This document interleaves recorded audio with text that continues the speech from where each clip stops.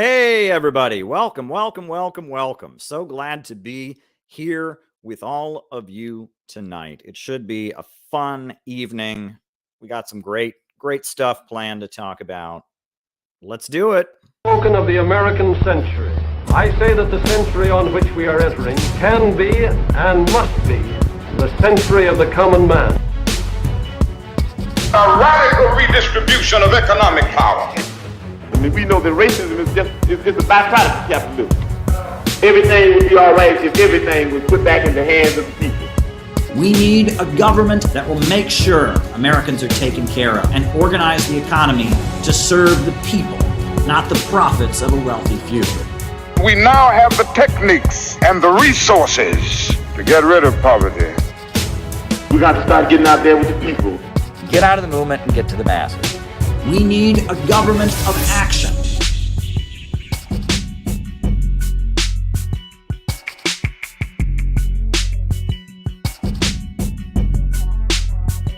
Welcome, everybody. So glad to be here with all of you tonight. Hit the like button, hit the subscribe button, hit the notifications bell. Always a pleasure. I'm writing the super chats down. They're already coming in.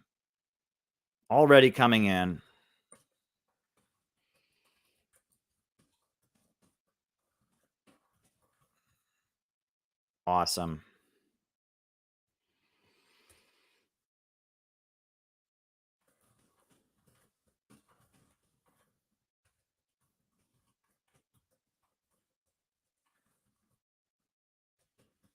Great stuff, folks. The way we generally do things on our streams, for those of you who may not be aware, the way we do things on our streams, and thank you, Viking Dave, always appreciated. The way we do things on our streams is that I give opening remarks about what I'm prepared to speak about for the evening.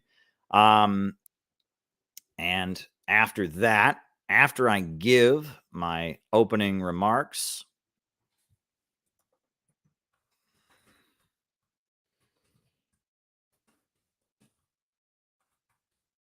I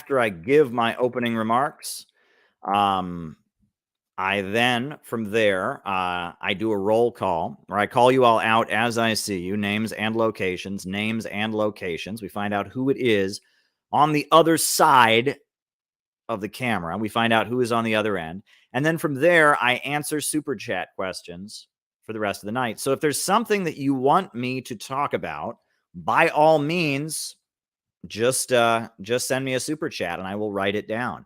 Now, just so folks are aware, right now we are not only streaming on YouTube, we are also streaming on Facebook. We are also streaming on Rockfin. So I'm dropping the link for those of you who may not be aware. I'm streaming live right now at this very moment on Rockfin.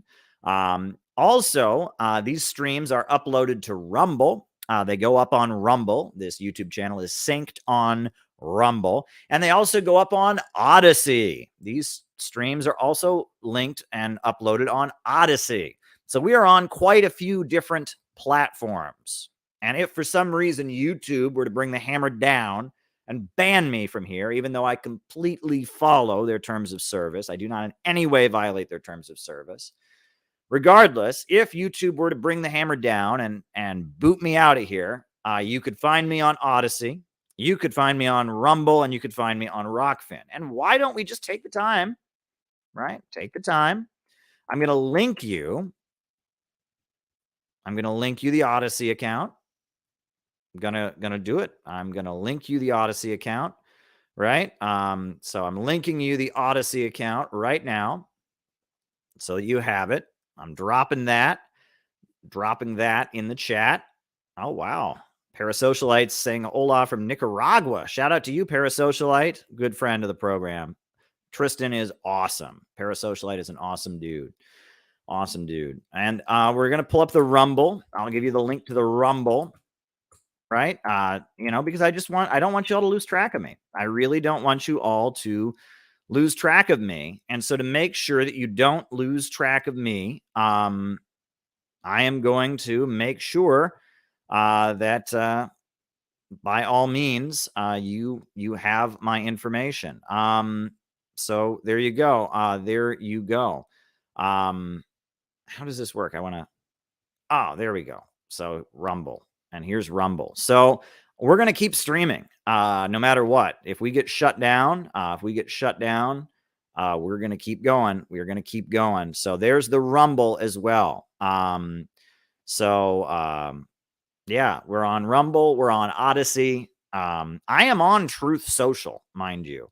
The reason I'm thinking about all of this is because I don't know if you just saw the news, but just in the last little bit, Donald Trump got restored to Twitter. Elon Musk took a poll about whether or not Donald Trump should be allowed on Twitter, and they actually decided that Donald Trump should be allowed on Twitter. So Donald Trump is now back on Twitter. The decision to remove him from Twitter has been reversed. Elon Musk put Donald Trump, now that he's running for president, back on Twitter.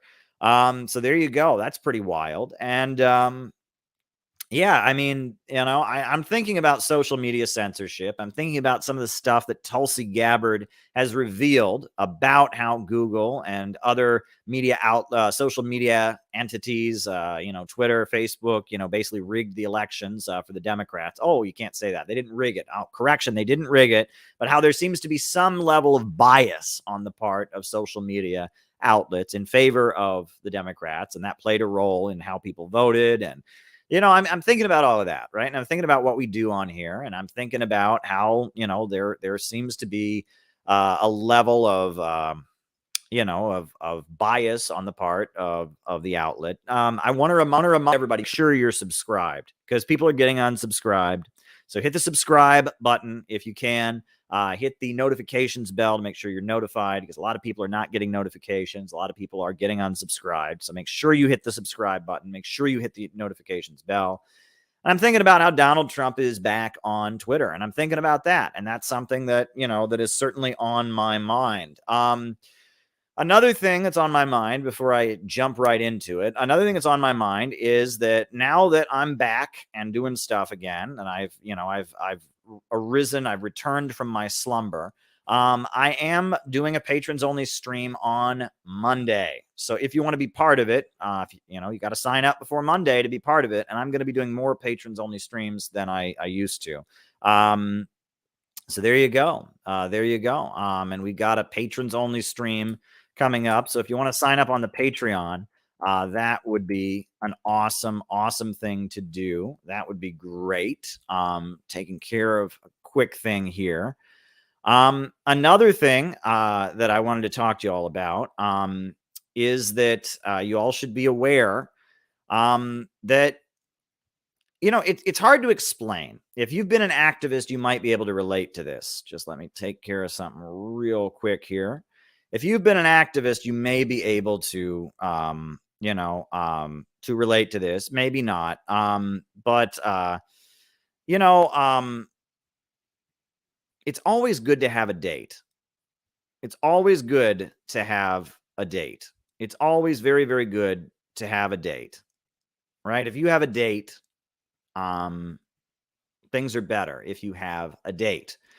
If you're somebody who's building and organizing people and building events and trying to get an organization going, everything is better when you have a date, when there is a date in your future that you are working towards.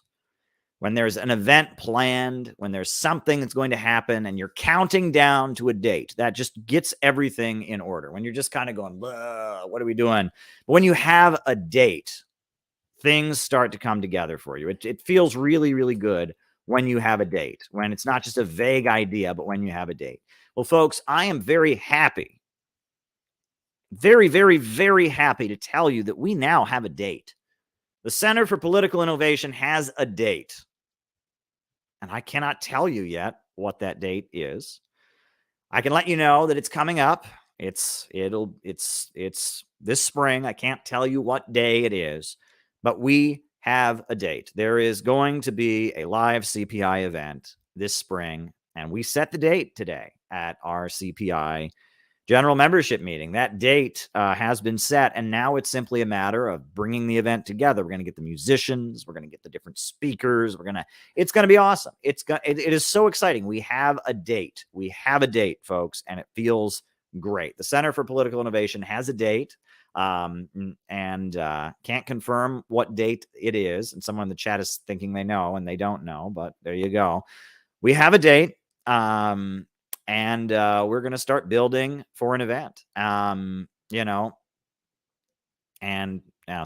Primal Humanist is saying he was thinking I'm going out with someone. No, I'm married, and it's not that kind of thing. But it's beautiful news. Yes, it is beautiful news. We are going to have a Center for Political Innovation event. We have a new event scheduled. I have been waiting for so long for the Center for Political Innovation to be back going again, and it feels so good to have a date in our future. There is a day coming up in which we will be having an event, a public event. So if you want to be part of all of that, by all means, you can rejoin the CPI, join or rejoin.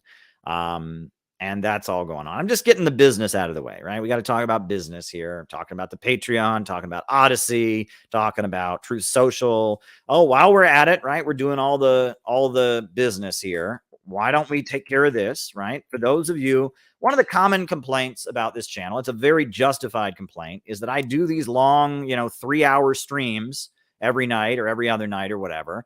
And people can't find the topics that they want to be discussed. Right? People can't find it when they want to hear me talking about history or whatever. They can't find what they're looking for. So that's why we've made this other channel. That we've made called Caleb Maupin Videos. And we have this other channel. So I'm dropping the link in the chat. If you haven't subscribed, go ahead and subscribe. And we're putting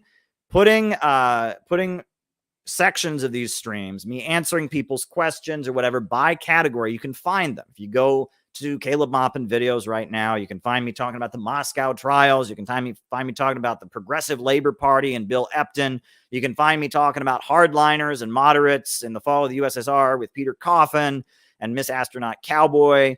You can find me talking about the nature of the economy of Iran and the Iran protests. You can find it all by category, and we're cutting clips and posting them on this channel. So, my hopes for the Korean Peninsula. So, if there's a section of these streams that you think ought to be on that channel, send me a message or cut it yourself, and we'll probably rip it from your channel and upload it.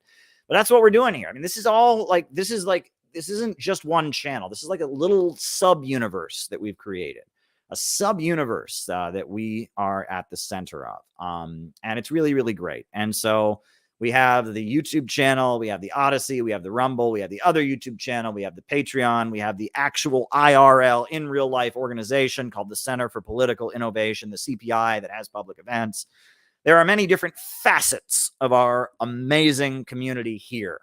And we have a lot of different angles, a lot of different pursuits, and it's awesome what we do here. And we talk about politics, and we talk about psychology and daily life, and we talk about religion, we talk about history, and we talk about economics. We talk about economics, and we talk about our hopes for the future, and we talk about materialist dialectics and historical materialism and the nature of the universe and the nature of reality. And we talk about many different things on here. And it's just awesome what we do here. It really just is an awesome, awesome little thing that we do here. And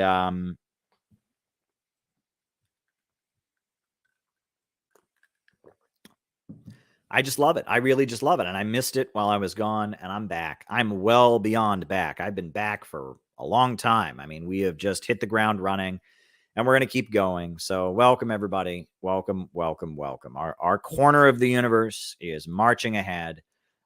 We've got a date. There will be an event this spring. I'm so excited about that. Details to come when the formal announcement is ready.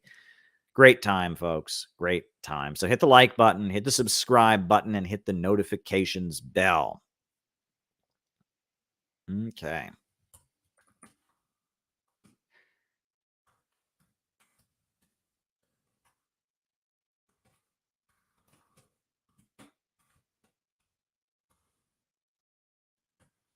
All right. That's a good question. Why the American people in the streets, apathy.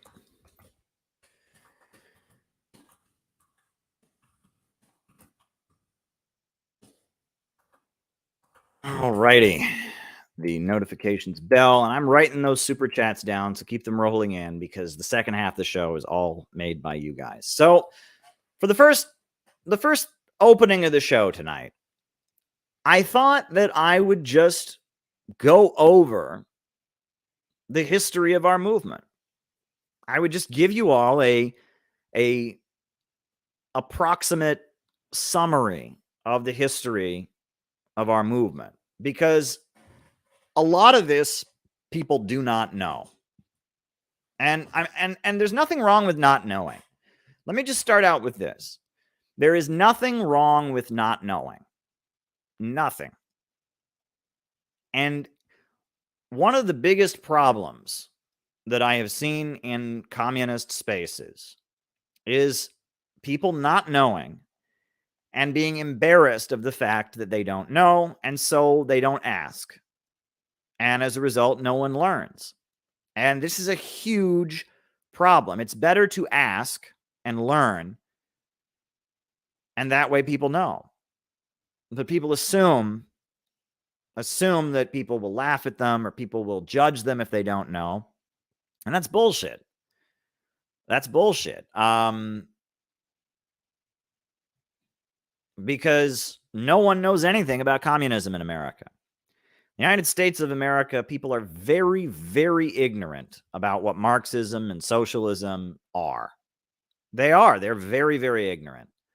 And no one, we should never expect anyone in the United States to know anything about communism.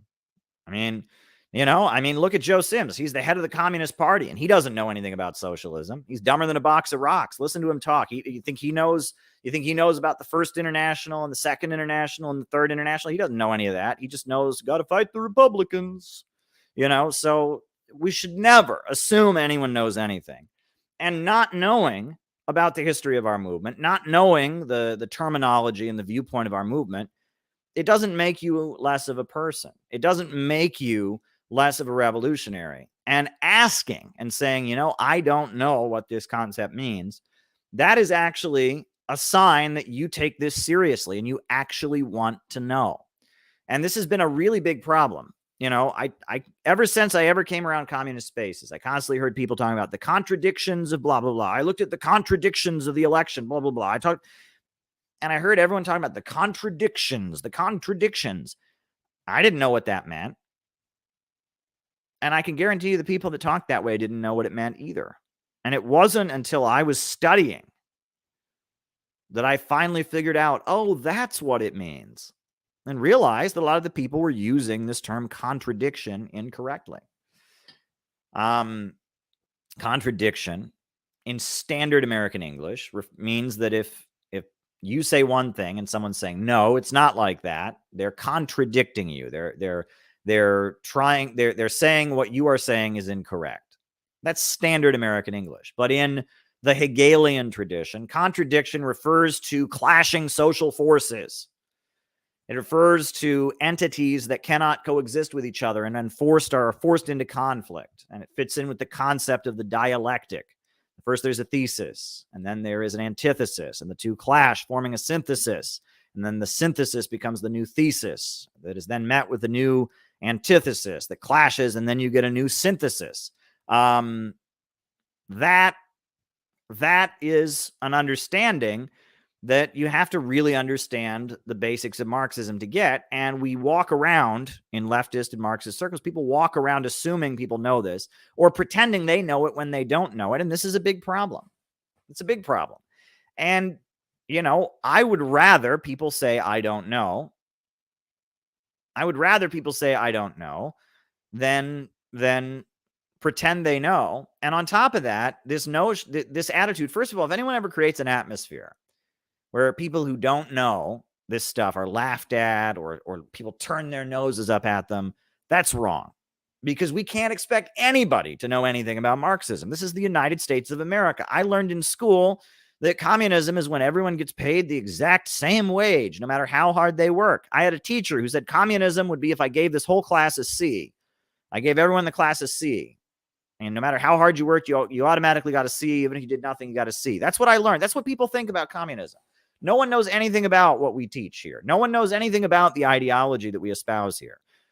So you can't create an atmosphere where people are afraid to ask, number one. And on top of that, people need to not be so scared to just go, I don't know what this means. Can you explain it? Right? And we need to, on the one hand, do a better job of creating an atmosphere where people are comfortable saying they don't know. And on top of that, we need to do a better job of ourselves saying, yeah, dude, I don't know what you're talking about. Because knowledge isn't a contest. It's not a contest. Who knows the most? And if somebody knows the most, they win a prize. Doesn't work that way. Doesn't work that way, right? It doesn't work that way. We're not in this to show how much we know and show that other people don't know. That's not what we're doing here, right? And it's the atmosphere where people are afraid to ask questions because they feel like they're going to be judged, or people scoff at people who don't know. I mean, we got to get past that.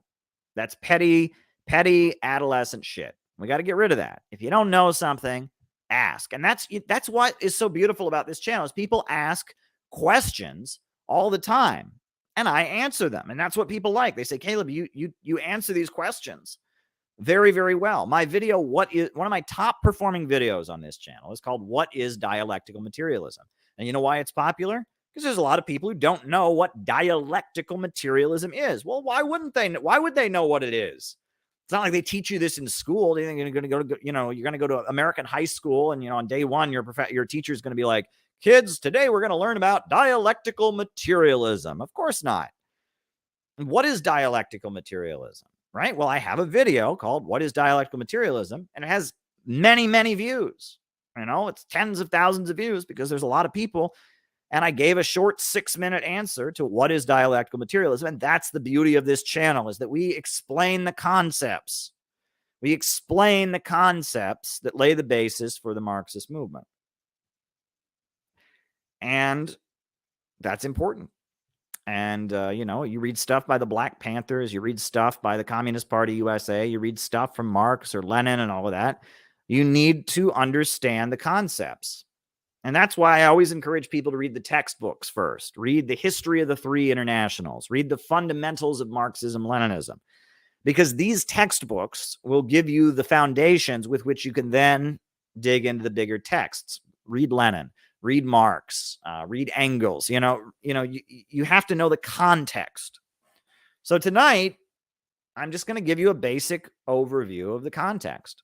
Just kind of an outline of our movement very, very quickly, of where we've been historically, etc.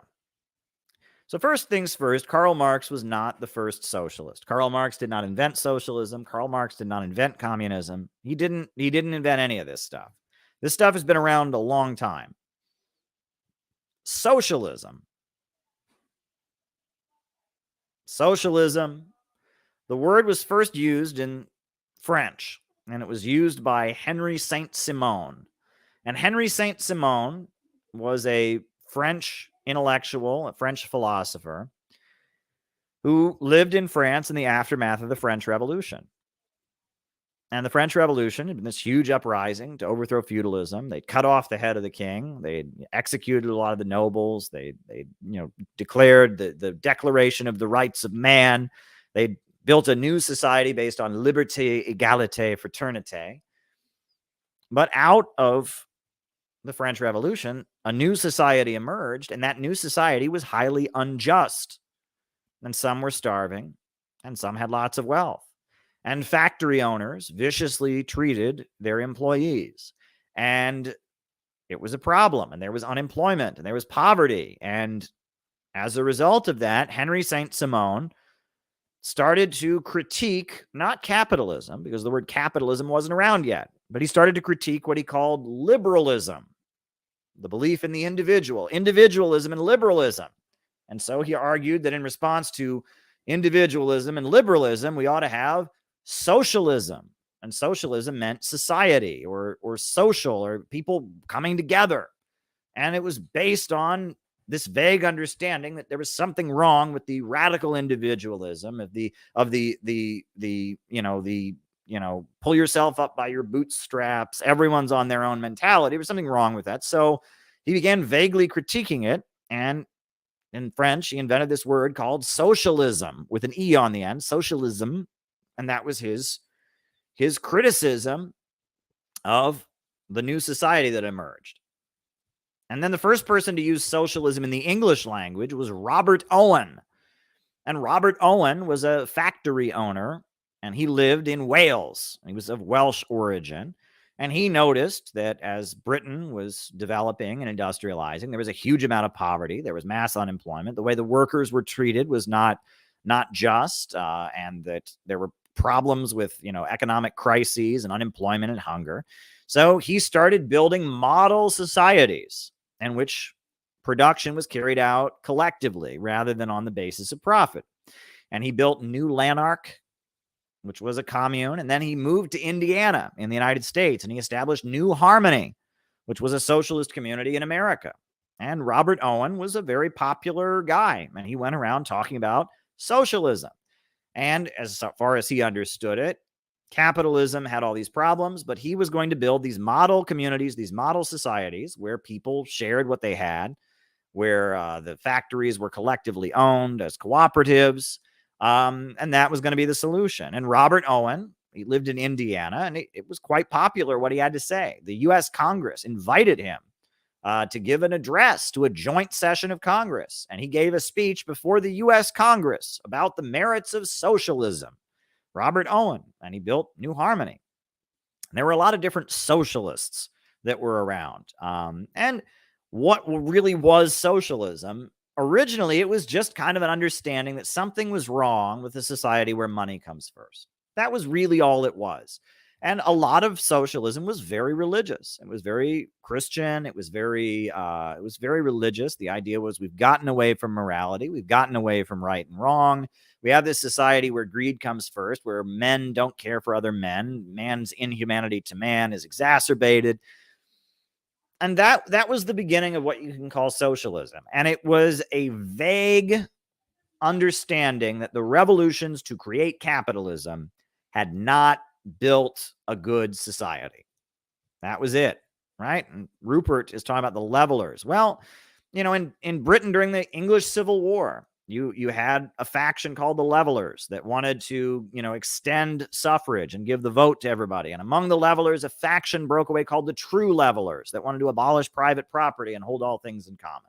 That existed. And you had the first working class movement in history. It's called the Chartists. And it was a group of laborers who went on strike. They were called the Chartists. That was the first working class movement in history. And you had different trends, I guess you could say, different tendencies that emerged, but they were all more or less condemning capitalism, because capitalism was a society where money came first, where he who has the gold makes the rules, where some are with and some are without, some have and some have not, and it seemed very, very immoral. And the frequent problems of overproduction and the fact that suddenly we have poverty amid plenty. People are homeless because there are too many houses. People are hungry because there's too much food.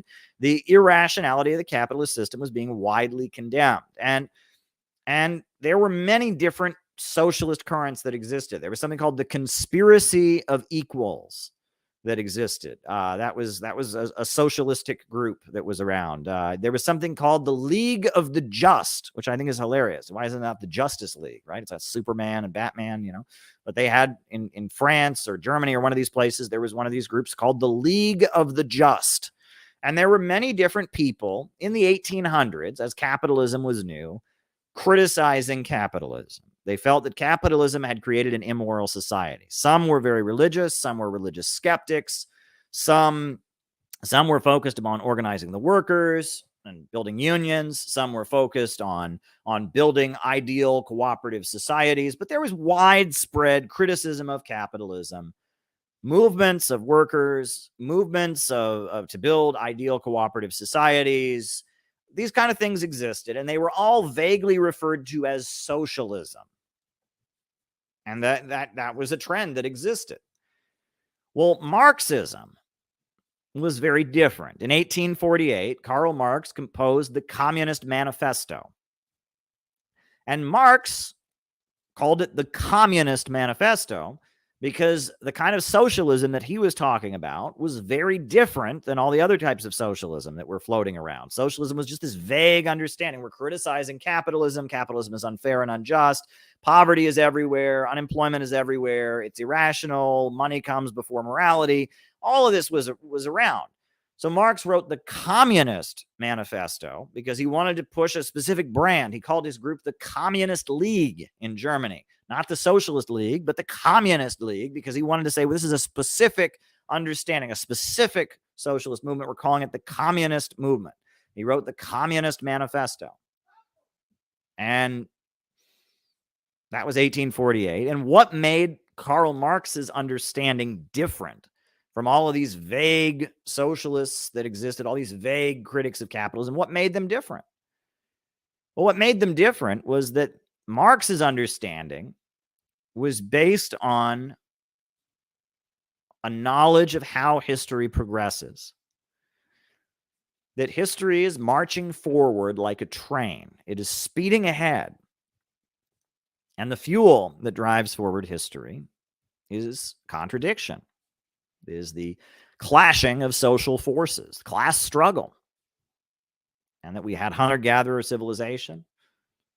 We got too good at hunting and gathering. There was a scarcity of nuts and fruits, etc. And so we developed agriculture.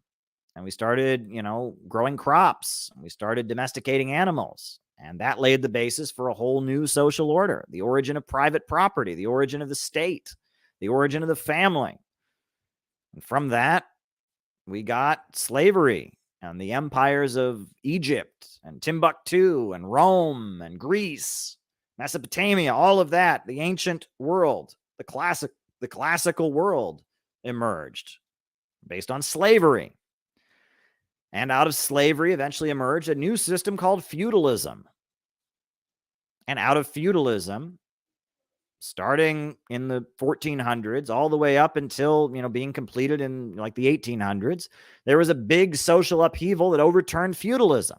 And feudalism was replaced by this new economic system called capitalism. And capitalism is a system of production organized for profit, where the means of production, the factories, the banks, the oil wells, the centers of economic power are operated by private owners to make profits. That's called capitalism.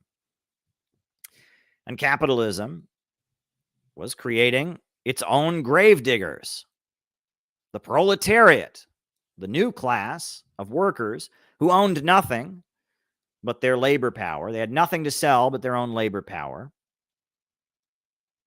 They weren't slaves. They weren't peasants, but they weren't capitalists or landowners either. They were a class with nothing to sell but their labor, the proletariat.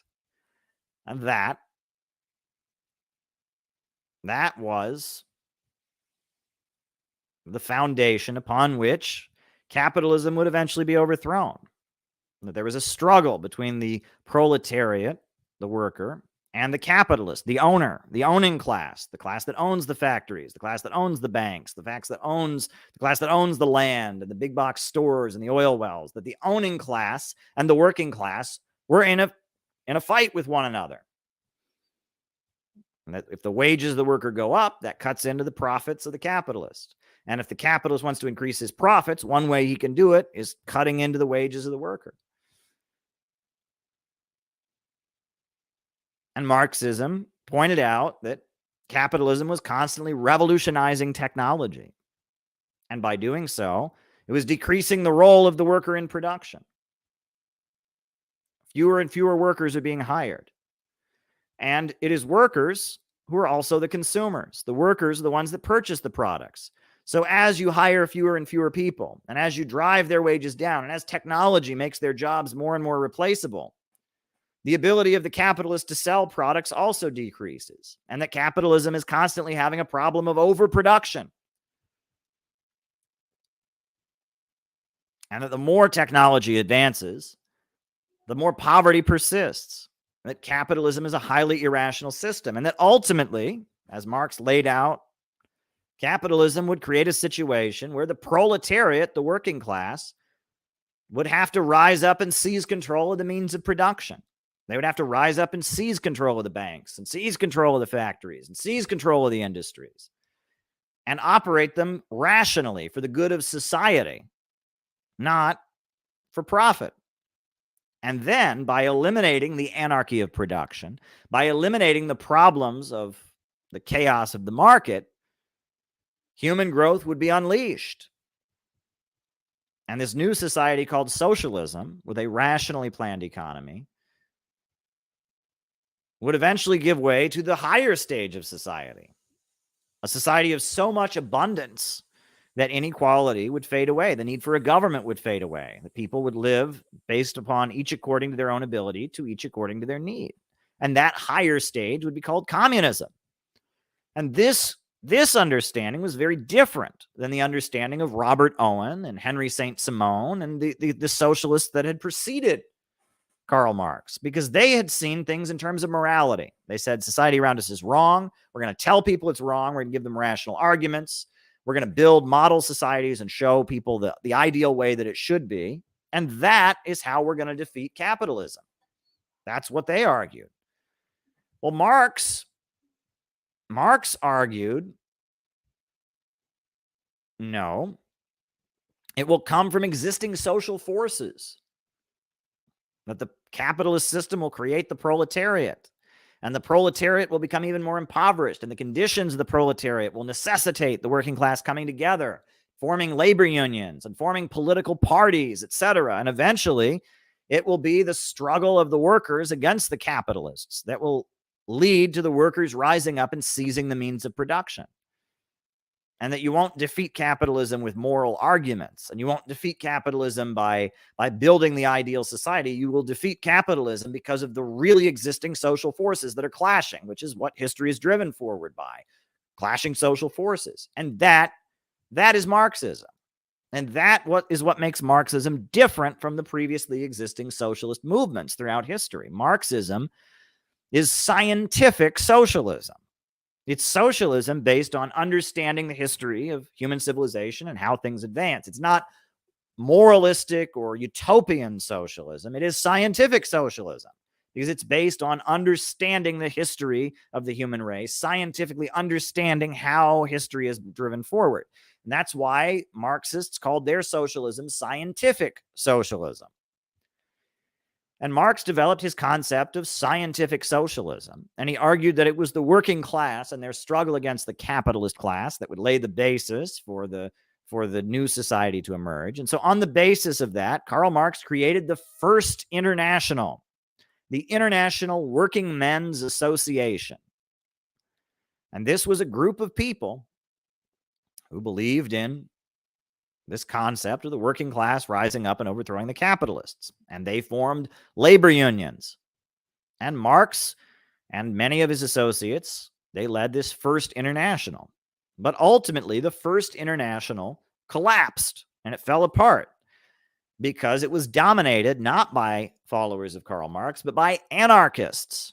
Mikhail Bakunin, Ferdinand Lassalle, Louis-Auguste Blanqui, various ultra-left and anarchist forces dominated the First International, and Marx's fighting with them eventually led to the First International collapsing.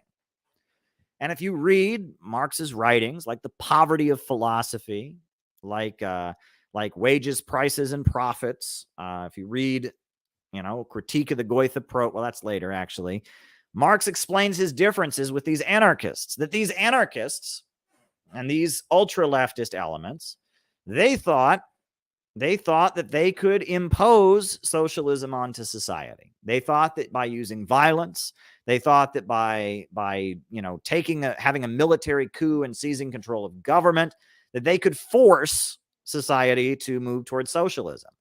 Louis-Auguste Blanqui had the notion of a military coup. The way to bring about socialism was by creating a military coup d'etat. That's what they argued was the thing to do, to have a military coup and create socialism from above. Well, Karl Marx is saying, no, it's a struggle to build a working class movement. It has to be the working class that takes power. It can't just be some military faction that takes power and then declares from above, oh, we're going to have socialism. And on top of that, you had other factions that argued that by engaging in acts of violence, that you would create socialism, right? That there would be, adventurous terrorism, assassinations, bombings, and this would incite some kind of rebellion. You had forces that argued that socialism could only be created on a voluntary basis. You shouldn't be struggling to seize political power, that political power was the problem. You should simply focus on the struggle between the employers on the job, the employee and the employer on the job, and ignore politics. Well, Marx is saying it's a struggle for political power. It's a struggle to take control of the government, that they want to take the labor movement and the labor unions and bring them into politics and make the working class struggle to take control of the government, not simply struggle on the job with the employer. These are the issues that are being debated. And Marx is arguing we need to build a movement of the working class. We need to build labor unions. We need to build political parties. He writes a very beautiful passage, and I'll read it to you. I'm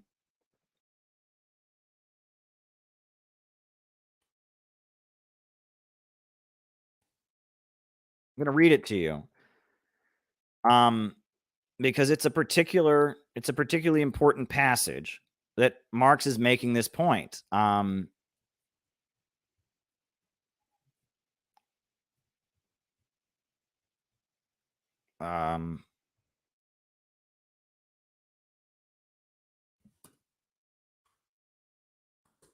just going to pull it up here.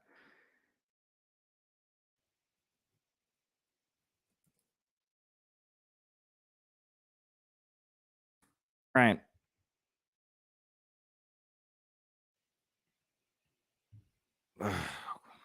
Goodness gracious.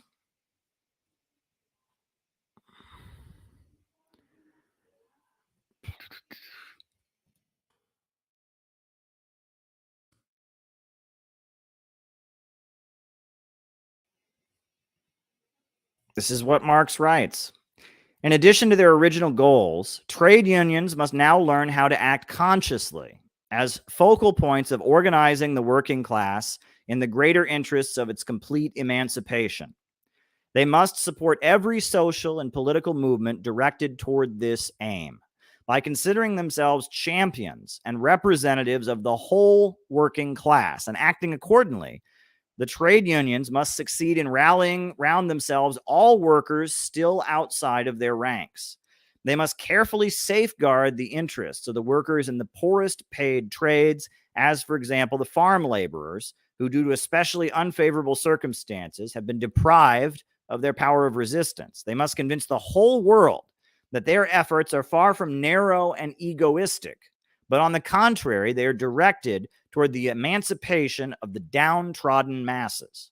That's Karl Marx. And he's writing that the labor unions need to stop simply representing the workers in an individual workplace or an individual industry, and they need to become centers of the entire working class. That the entire working class, that they need to see themselves as leaders of the entire working class movement, right? And that's what Marx is arguing, that it's not simply a struggle to have a coup and take control of the government. It's about building a working class movement. That it's not simply about, about engaging in left adventurism or terrorism. It's not simply about focusing on the struggle on the job. It's about organizing the entire working class, to eventually seize control of the government. And when the working class seizes control of the government, this is called the dictatorship of the proletariat. We live under capitalism, which is the dictatorship of the capitalists. Dictatorship meaning making the rules, like those who dictate, right? If you tell someone what to do, you are dictating what they do. You're telling them what to do. Well, right now it is the rich and powerful. It is the capitalists who dictate what gets done. And the idea is when the working class seizes control of the political power and of the government, it'll be the dictatorship of the proletariat. The workers, the working class, will be dictating what the government does. That is the concept of the dictatorship of the proletariat.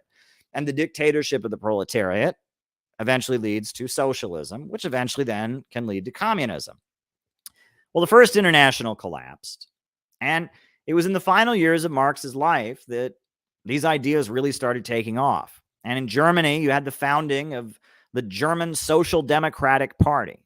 And the founding convention of the German Social Democratic Party was held in Goethe. And so they wrote a manifesto for what their party was going to stand for. And Marx read it and he said, this is all wrong. So he wrote Critique of the Goethe Program, which is a very important document criticizing the founding manifesto of the German Social Democratic Party. Karl Marx died. But after Karl Marx's death, Marxist ideas continued to proliferate and they became very popular. And that German Social Democratic Party grew to be a party of millions of people. And the German Kaiser tried to outlaw the German Social Democratic Party with his anti-socialist laws, but it didn't work. And in France and in Britain and in many places, there were rising labor unions. Workers on the job were organizing unions and resisting. And on top of that, political parties that sought to empower the working class were formed. And as a result of that, you got the emergence of the Second International, which was the Socialist International, which was an international grouping of different Marxist and socialist parties around the world. And the biggest of them was the German Social Democratic Labor Party, or the German Social Democratic Party, the SPD or the SDP. It's still around today. That was the biggest of them. But there was a socialist party in France. There was a socialist party in Britain that eventually emerged, the Labor Party. You had different socialist groups that emerged across Europe and across the world that sought to put Marx's ideas into practice and thought to be the political expression of the working class movement. The labor movement, the working class movement was, understood to need a political wing. And the social democratic parties saw themselves as the political wing of the labor movement. And the Second International was very big, and millions of working class people joined the Second International. And Karl Kautsky was the leader of the German Social Democratic Party, and he was Mr. Marxism. He was the most famous, the most widely studied Marxist scholar, Karl Kautsky. And Karl Kautsky was leading German social democracy, and there were a lot of fights inside of German social democracy. And as the 1890s rolled around, and as 1900 rolled around, and as 1910 rolled around, there started to be a problem because Marxism was everywhere. The labor unions had greatly expanded. Workers were in unions.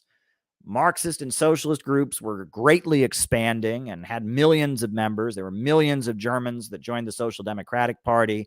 There were millions of French people that were in socialist groups, millions of British workers that were in socialist groups. Socialism was everywhere. And Marx's particular interpretation of socialism was everywhere.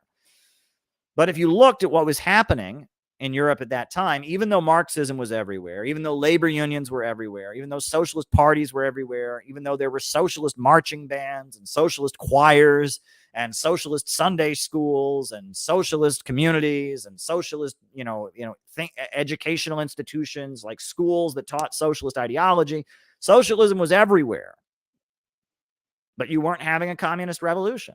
The workers were not rising up and overthrowing the capitalists. So what was wrong? What was wrong? And that's when we enter what is called the crisis of Marxism. Because while Marxism was everywhere, and while the labor movement was everywhere, you weren't seeing the ultimate result. And so you had the crisis of Marxism. And it's out of the crisis of Marxism that you had different understandings. They had to answer this question. Why were we not seeing the communist revolution that Marx had predicted? So one school of thought that came out of the crisis of Marxism came from Edward Bernstein. Evolutionary socialism, revisionism. That's what he called it, revisionism. And Edward Bernstein argued that Marx had it all wrong when he said that there was going to be some big revolution. That rather, socialism was just the sum of reforms. That capitalism was just kind of naturally turning into socialism bit by bit. That gradually, bit by bit, capitalism just sort of evolves into socialism. And one of the great examples of this that Edward Bernstein pointed out was universal male suffrage. The fact that in most European countries, every man could vote.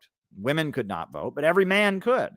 And he said, well, the fact that every man can vote, there's more working class men than there are capitalist men. So basically, the working class is eventually just going to outvote the capitalists, and we'll have socialism.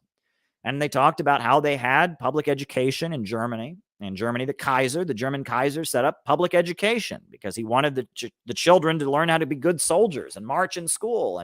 And so public education was created.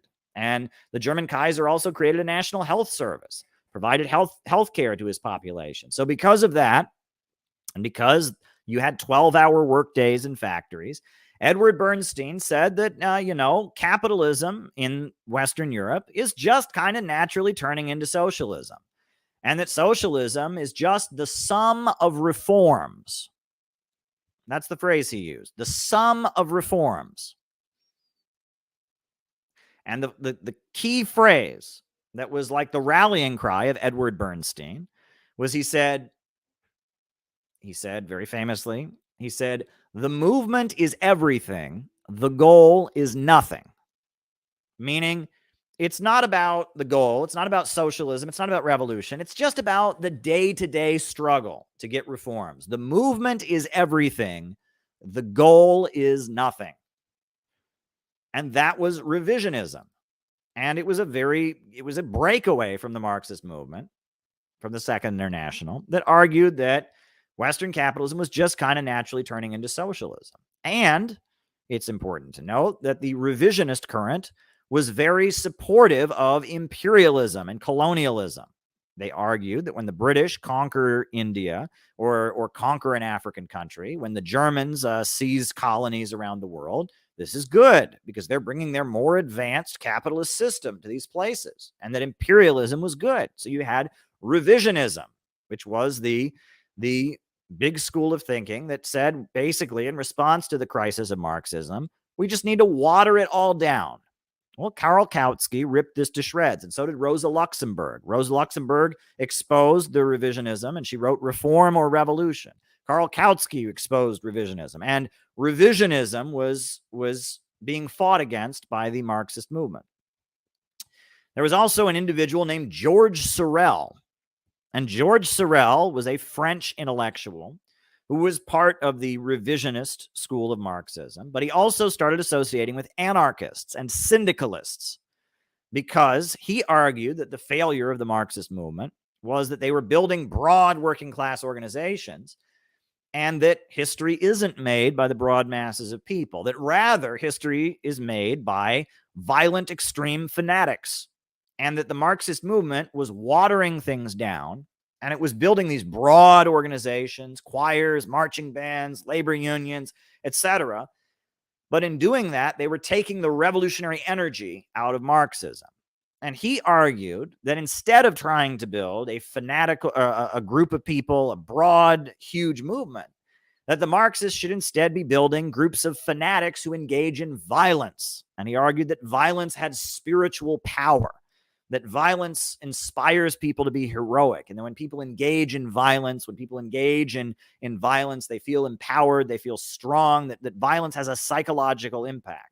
And Sorel also started arguing that the scientific aspect of Marxism, the idea that Marxism was scientific, was rejecting religion, was rejecting nationalism, that this was a weakness, and that rather, if Marxism wanted to succeed, Sorel argued, it needed to tap into the traditionalist power, the power of myth and mythology, and George Sorel eventually joined a monarchist party because he argued that the love of people for their king and for the myth of the monarchy could inspire the overthrow of capitalism. So you had Sorelianism and the syndicalist and anarchist groups that emerged. They much more emphasized this belief in propaganda of the deed and the spiritual power of violence and building an isolated group of fanatics who engage in violence. This was another breakaway as a result of the crisis of Marxism. However, the most correct criticism of the crisis of Marxism came from Vladimir Lenin. Vladimir Lenin saw what was happening, that the reason that there was a huge Marxist movement happening all over Europe and you weren't seeing communist revolutions was because of imperialism, because capitalism was moving into its monopoly stage. Capitalism was moving into the stage of imperialism. The big corporations and banks and trusts, cartels, and syndicates based in Western countries were expanding across the planet. They were spreading their tentacles across the planet. And they were taking parts of the world as their spheres of influence. And instead of simply making profits by exploiting the workers in their home countries, the huge corporations, the huge international monopolies were making super profits, exploiting the workers in the third world. And that workers in Latin America, workers in Africa, workers in Asia, they weren't just being exploited as workers, but their whole country was being kept in chronic poverty. So they were facing super exploitation. Super exploitation.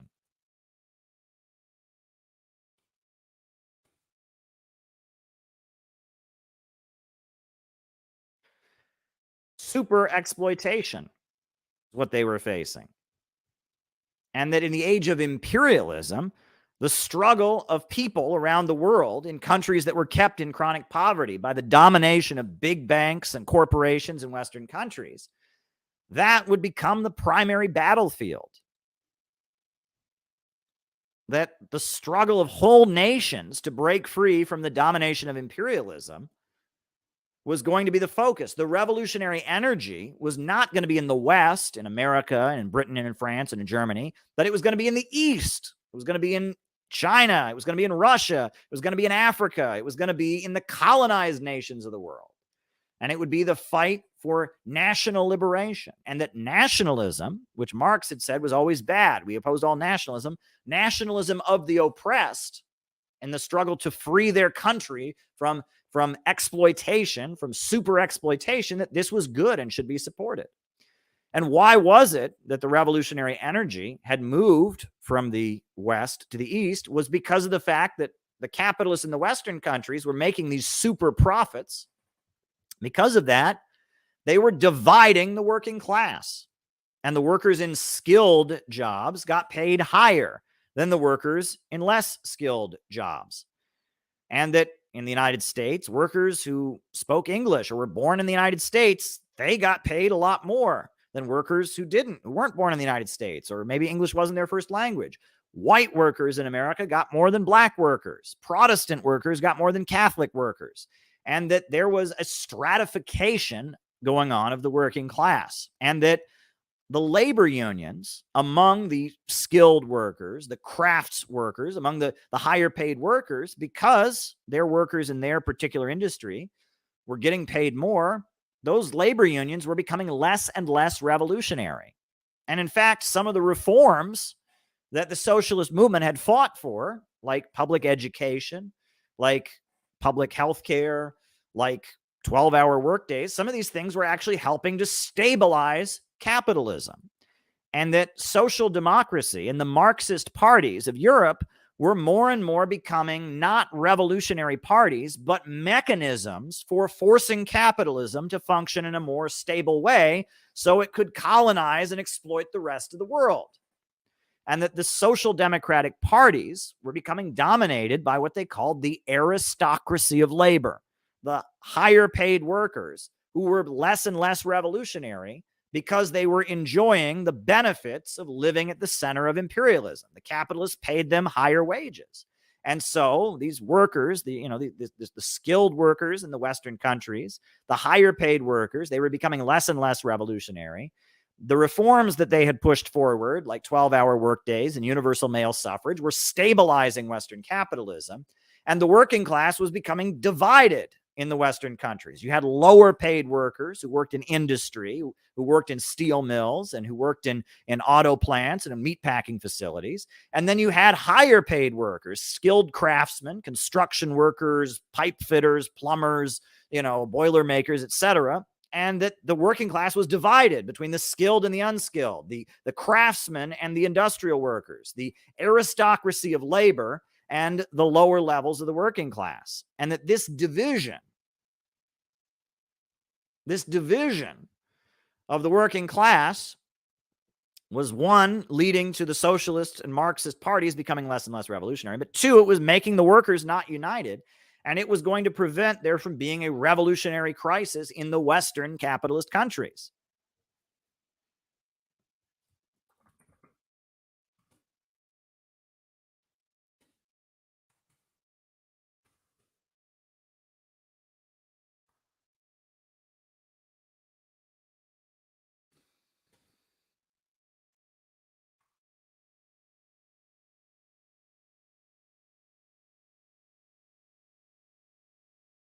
And because the revolutionary energy was coming from the colonized world, and because there was the stratification of the working class at home and the rise of the aristocracy of labor, because of that, you weren't going to have a revolution in the West.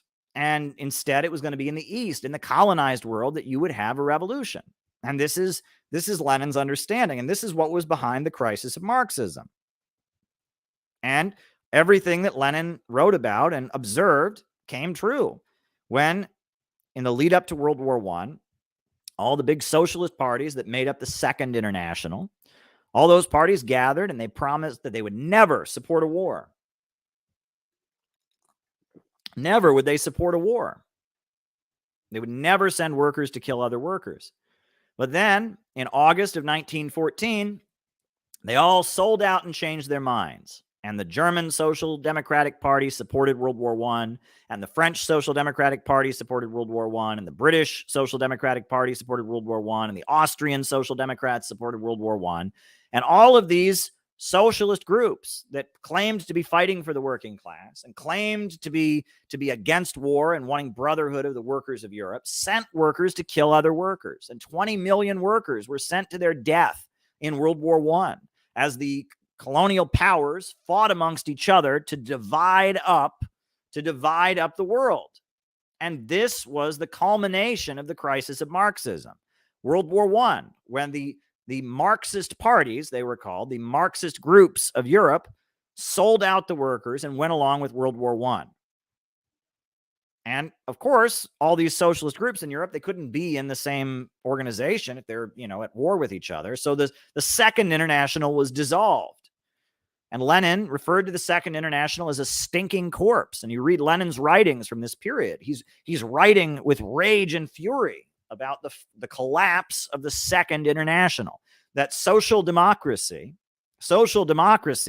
had deteriorated into a mechanism for stabilizing imperialism. It had become social imperialism. And that this was the failure of social democracy in response to the rise of imperialism and the crisis of Marxism. So World War I broke out, and World War I was horrendous, but World War I came to an end. And at the very end of World War I guess at the very end of World War I, in Germany, the German Social Democratic Party basically took power. The German Kaiser told the Navy to go do one last suicide mission. They had already declared peace on the land, declared an armistice on the land. And the German Kaiser told the Navy to go die, to go do one last suicide mission. And the sailors refused, and they shot their officers. And then there was an uprising all throughout Germany at the end of World War I. And the German Kaiser was forced to step down, and the German Social Democrats and the labor unions and the Social Democratic Party basically became the new government.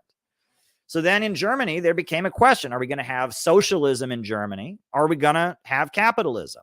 And there became a fight within the German Marxists. Are we going to have socialism in Germany coming out of World War I? Or are we going to write a capitalist constitution and have socialist parties that just run for office? Well, in Weimar Germany, the socialists, the overwhelmingly socialist, Marxist, Social Democratic Party, voted and wrote a capitalist constitution for Germany. They wrote the Weimar Constitution, the Weimar Republic. And the biggest Marxist party had just overthrown a capitalist government, and yet they still couldn't have a socialist revolution. And then Rosa Luxemburg and Karl Liebknecht, they had an uprising. They tried to continue fighting for socialism, and the Social Democrats killed them and murdered them. And in Bavaria, the region of Bavaria declared independence from the rest of Germany, called itself the Bavarian Soviet Republic, the Bavarian Soviet Republic. And so there was fighting, and it was put down. And it became very clear that European social democracy was not revolutionary. However, In Russia, amid World War I, there had been a communist group that was very different than all the other communist groups in Russia. The Bolsheviks, as they were called, were a completely different political current. 1903, Vladimir Lenin had come out with a book called What Is to Be Done. And he argued that they needed a different type of revolutionary organization in Russia. They needed what he called a party of a new type, a political party that was different.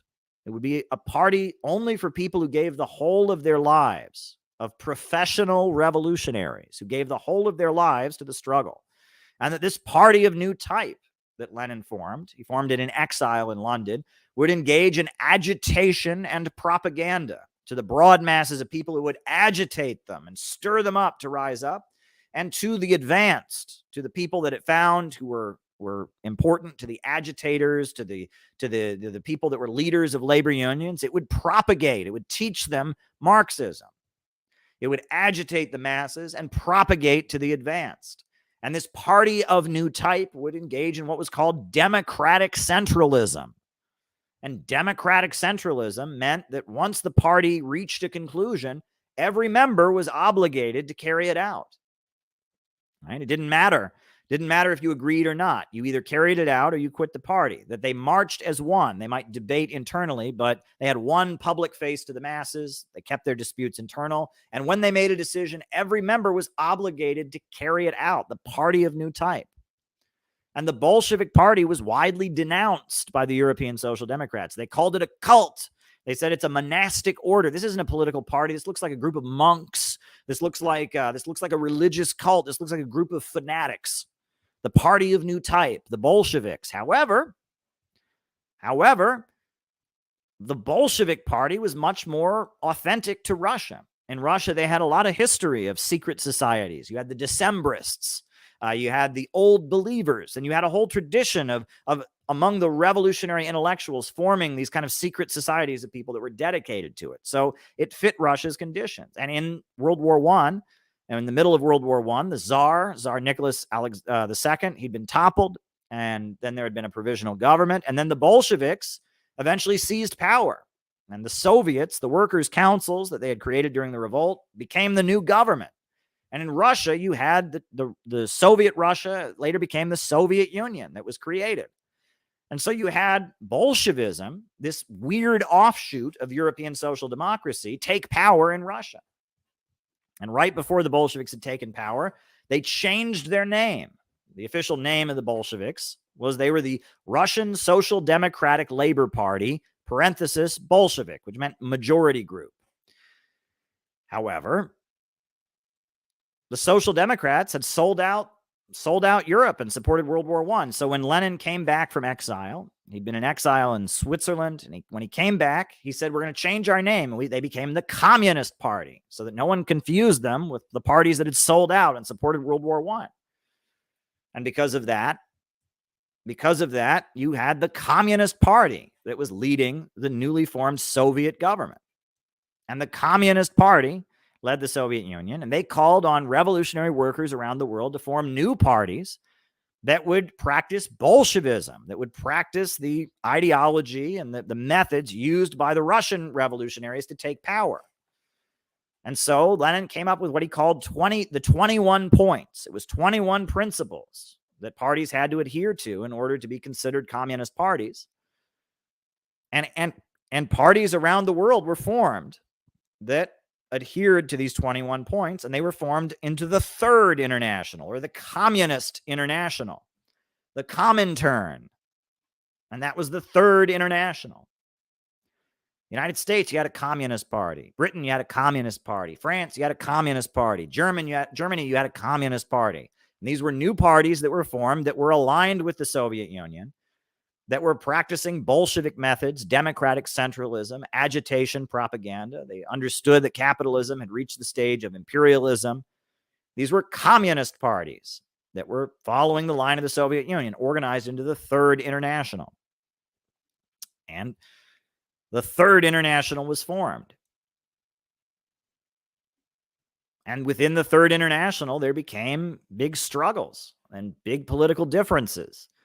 Within the Third International, there became a debate. Lenin died. After Lenin died, the question became, should the Soviet Union try to build socialism in one country, or should it adopt the practice of permanent revolution? Should it just be a temporary holdout and the permanent revolution to spread communism to the Western countries?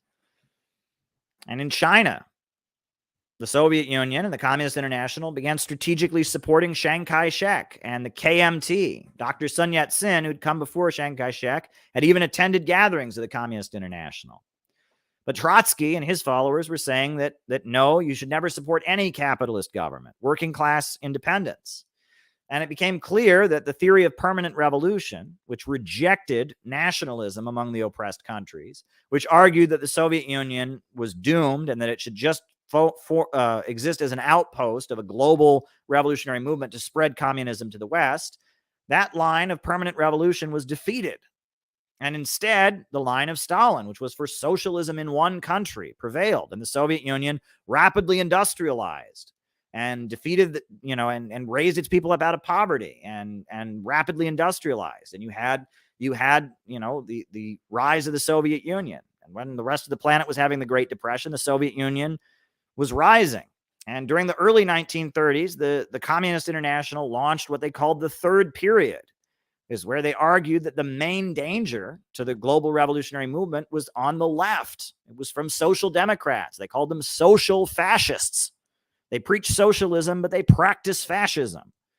And the focus of the communist parties around the world was exposing the social democrats as reformists, as defenders of capitalism, as counter-revolutionaries.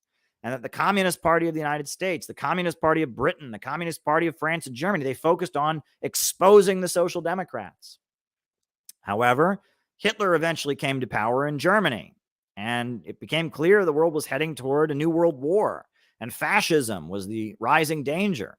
And so, after the 7th World Congress of the Communist International, the line switched to building a popular front and aligning with social democrats and other anti-fascists. The communists should be the best fighters against fascism. They should build the popular front, a united front to defeat fascism. This was the tactics of the Communist International. And ultimately, during the Second World War, the Communist International was dissolved because there was a feeling that having all the communist parties in the world take their instructions from the Soviet Union was not a good thing. And it hurt the Soviet Union's relationship with the world, and it held back the communist parties. And when the Communist International was dissolved, Mao said it was a good thing because the Chinese Communist Party had already been acting independently, and that the Communist International was dissolved. After the Second World War, you had the rise of the Cold War. And when the Cold War was breaking out, the communist parties and they were aligned with the Soviet Union. There was division in Europe about you had what were called left social democrats that wanted to be more friendly to the Soviet Union. You had right social democrats that were viciously anti-communist. You had McCarthyism in the United States. Later, China and the Soviet Union had a falling out. There were a new layer of communist parties that were aligned with China. Sometimes they would call themselves the Communist Party Marxist-Leninist, or the Communist Party Maoist, or the Revolutionary Communist Party. There were a layer of communist parties that were formed that were aligned with China. Later, Albania had aligned with China against the Soviet Union. Later, Albania broke away from China and started forming communist parties around the world that were aligned with Albania. And as we're at today, where we're at today, nowadays, there are a number of different currents within the global communist movement. You have the official communist parties that are descended from the Third International, and they're united in various international groupings. There's the International Communist Seminar, the Seminar of Communist and Workers' Parties. It's based in Greece. You have the World Federation of Democratic Youth, the International Federation of Trade Unions, the Women's International Democratic Federation, the World Federation of Democratic Youth. These are attempts to hold together the parties of the Third International, the communist parties that were formed. Then, among Trotskyites, you have various Fourth Internationals that have been formed. There's about 5 or 6 groups that claim that they're Leon Trotsky's Fourth International. You have Maoist groups that hold on to the teachings of Mao and the Chinese Revolution. Most of them have cut ties with modern China, consider modern China to have sold out, and they're holding on to the line of the Gang of Four in the final years of Mao's life, and they reject Deng Xiaoping. There are parties that are aligned with Albania and uphold Enver Hoxha in Albania as the true practitioner. And this is the global communist movement as it currently exists. You have, you still have social democracy. I don't consider that to be revolutionary. You have the Socialist International. I believe Democratic Socialists of America, DSA, has some link to it, some affiliation. The British Labour Party, the French Socialist Party. These are not revolutionary parties. These are reformist parties that started out as Marxist parties. You have the communist parties of the world there's no Communist International anymore. There's no Comintern, but there are bodies that hold them together. I just listed them: the World Federation of Trade Unions, the Women's International Democratic Federation, the International Communist Seminar of Communist Workers' Parties, etc. There are Maoist groups. There are Albania sympathetic groups. There's Fourth Internationals that are aligned, that are interpreting Trotsky's teachings. And that is the global communist movement as it currently exists. That's where inheritors of the Marxist tradition currently sit. But the point that I'm making, the reason that I'm going over all this history and taking us here, is because I'm here to tell you all that I'm breaking out of this. If you pay attention to what we put out, if you read, the manual that the Center for Political Innovation published, City Builders and Vandals, this is all our heritage.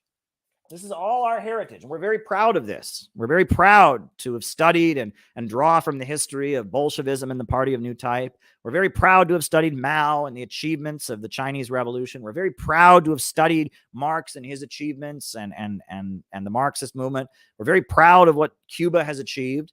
However, if you look at the world today, Bolivarian socialism, the socialism that emerged in Venezuela, that emerges and exists in Nicaragua, this is not the socialism. This is not from that current. It draws heavily and it learns from that current, but it is different.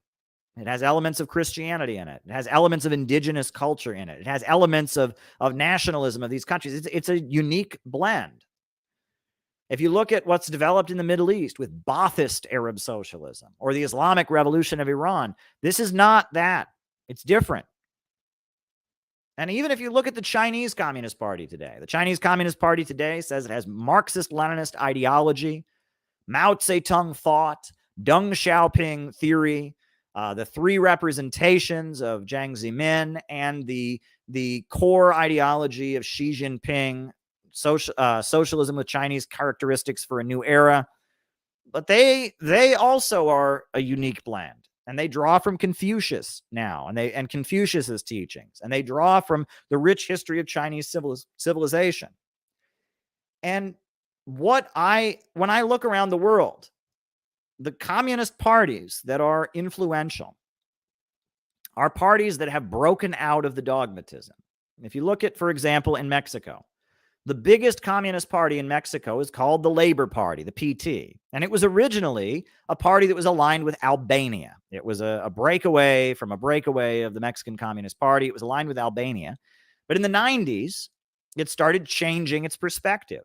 And it started becoming more broad and more diverse. And now it is a huge party. In India, the major communist party, the biggest communist party in India, is called the Communist Party of India Marxist. And it was a China-aligned party. But gradually it became more broad. It supports Venezuela now. It supports Cuba now. It supports Russia. It's more broad. And if you look at the movements, the communism that exists today it's not people taking what Karl Marx said and applying it 100% correctly and arguing that if Marx were alive today, he would be a member of their party. It's interesting. If you look at Christianity, there are churches they refer to as non-denominational, meaning they're just churches, meaning that they're not a split from a split from a split from a split from the Vatican. They're not Lutherans, they're not Presbyterians, they're just non-denominational churches. The successful communist parties in the world today are non-denominational communist parties. The United Socialist Party of Venezuela, the Sandinistas of Nicaragua, they are non-denominational, meaning that they're not trying to claim that they are the true inheritors of the Third International.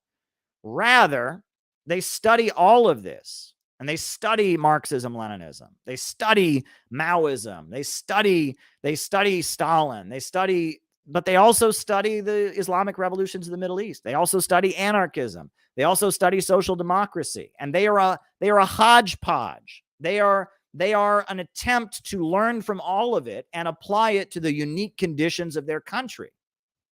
And those are the parties that are successful, are the parties that apply Marxism with political innovation. Those are the successful Marxist parties, the parties that aren't stuck trying to be the most pure and apply the most pure application of pure Marxism. Those are not the successful parties.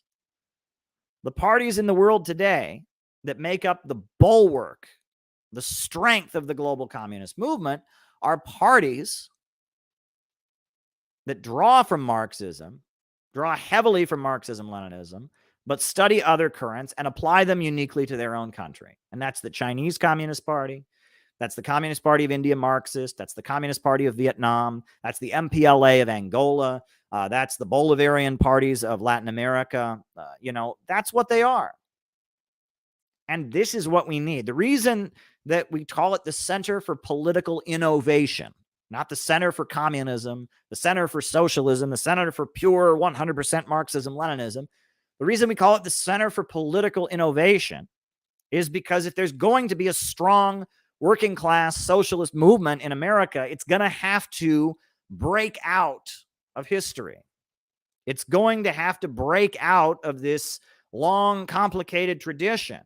It's going to have to be a hodgepodge that studies all of it, but blindly follows none of it and applies it in new ways for modern circumstances. If Lenin had just blindly applied the politics of the Second International, there would never have been a Bolshevik revolution. But Lenin studied the Second International. He knew Marx better than anybody. Lenin was an expert theoretician. He understood Marxism deeply. But he said, if it's going to work in Russia, we got to do it differently. And he invented this whole method of the party of a new type, agitation, propaganda, this theory of imperialism, and it worked. And if Mao had just done whatever Stalin told him to do, there never would have been a Chinese revolution. But Mao developed a method for organizing the Chinese Communist Party with what they called criticism, self-criticism, with the Little Red Book, organizing the peasantry, going to the peasantry. All of these things were Mao's unique innovations. And the same is true on an even broader scale today. The socialist movement, in order to remain relevant in the places that it is relevant, has adjusted and adapted with time. And it has become an expression of widespread anti-imperialist sentiments, different ideas. And we should study. Everyone should know. I feel that everyone who's part of this current, who's part of this community, should know the history of the Third International, should know the history of the Second International, the First International, should know Marx and Engels and Lenin and Stalin and Mao, and they should know it all, but blindly follow none of it. And be looking at it all with the understanding of how can we apply it uniquely in our time? How can we learn from the successes, learn from the failures, and develop a unique model for our time so that we can be relevant, so that we can actually change history in our country. That is what we're struggling to do. And that is what I'm urging people who engage with Marxism to do. Don't LARP. Don't try to be the most pure interpreter of Marxism-Leninism. Don't try to reenact what the Communist Party did in the 30s. Don't try to reenact what the Soviet Union did. Rather, read it all with the scientific thinking. How can we apply it in our time? Develop methods of organizing people in our time, of getting things done in our time. That's what I'm urging people to do. To develop a socialism with American characteristics, a socialism of the 21st century that can get things done in our era. That's what I'm urging people to do. And those are my opening remarks for tonight. And I appreciate giving them. So we got a lot of super chats, but more super chats are always appreciated. Keep the super chats rolling in. Names and locations. I will call people out as I see you. Names and locations. Who's with us tonight? Who's with us? Names and locations. Names and locations. Who is with us? Who's with us tonight? Names and locations. Who's with us? Names and locations. Just waiting for those names and locations to start rolling in. We got Yada Yisrael in Chicago is with us. We got Rupert in the UK. We got Atomicon in London. Nate in Chicago, right? We got Jenny from Cincinnati. India loves me. Very good. Temple City, California. Nelson from San Antonio, Texas. Henko from South Africa. St. David's from Bermuda. Vancouver, Washington. Caracas, Venezuela. Colin in Greensboro. Tyler from Missouri. Carmen in Reading, PA. Chris Hemphill in NYC. Shout out to you, Chris. Good to see you. David Rennie in Hamilton, Canada. Tim from La Junta. Tony from Tasmania. Tampa, Florida is with us. David Reynolds. Alex from Brazil. Indiana Hoosier en route to Florida, says Gary. Very, very good. We got David Fox from Bendigo, Australia. Ian Chester from England. Prescott, Arizona. Very, very good. Indiana, we got Jordan in Indiana. We got Mr. Wonderful Quanas, pronounced Cronus. All right. We got Kieran from San Diego. Thank you, Kieran. We got Max from Tennessee. We got Killian from Milwaukee. Bob Troy from New York. David Muller in Columbia, Illinois. We got Rick and NoHo, Richard. All right. We got Bob Troy from New York. David Muller. Good stuff. Right. We got Binghamton, New York. Love, blind, hate. We got So in Texas. We got Enoch from Australia. Christian from Albuquerque. Very, very, very good. Very, very, very good. Very, very good. Names and locations. Always want to know who's here. Escondido from California. Micah from Las Vegas. Very, very good. Very, very good. Ishmael from Los Angeles. Good stuff, folks. Good stuff. So glad you all are here. I am announcing that we're going to have one of our laid back and friendly patrons only streams on Monday. So if you want to be included in one of those laid back patrons only streams. Oh, Deborah Wilson is watching on Rockfin. Shout out to you, Deborah. She says, hey, Mon. Well, hey, Mon to you, Deborah. And we've got we're gonna have a patrons only stream. We got Terrence Larkin in Chicago. Patrons only stream on Monday. So if you want to be part of that laid back question and answer session on Monday, sign up on the Patreon. Always a pleasure to have those Patreon laid back streams. Monday will be our patrons only stream for our patron community. If you're a Patreon supporter, I try to send you every book that we publish as just kind of a gift. I mean, you know, if you're doing enough, I mean, some people just do like $1. I can't send them every book. That's not cost effective. But from people that are members on Patreon, I tend to send them every book. So if you're a member of Patreon, it's great to be a member of the Patreon community. Some people want to join the Center for Political Innovation, and we'd love to have you in the CPI. And we just had a meeting and we just set a date. I'm so happy. We're going to have an event this spring. Can't say the place or date yet. We're getting things worked out, but we have a date. There will be an event that's going to happen this spring. I'm so happy about it. I'm so happy that we have a date. So if you want to be part of the CPI and our activities, you can become a member, a dues paying member. We are already up to about well over 50 dues paying members already. And that is awesome. You know, we're moving right ahead, rebuilding the organization after our temporary dissolution. It's great. We're going to have an event this spring. Can't say where, can't say when, but you'll hear about it soon enough. But if you want to be part of the planning, by all means, you can join. And if you want to support our work on Patreon, you know, if you want to be part of the Patreon community, our kind of intimate community that has streams and we give books and we give everyone a book automatically and such, by all means, you can join the Patreon community. Always good to have you.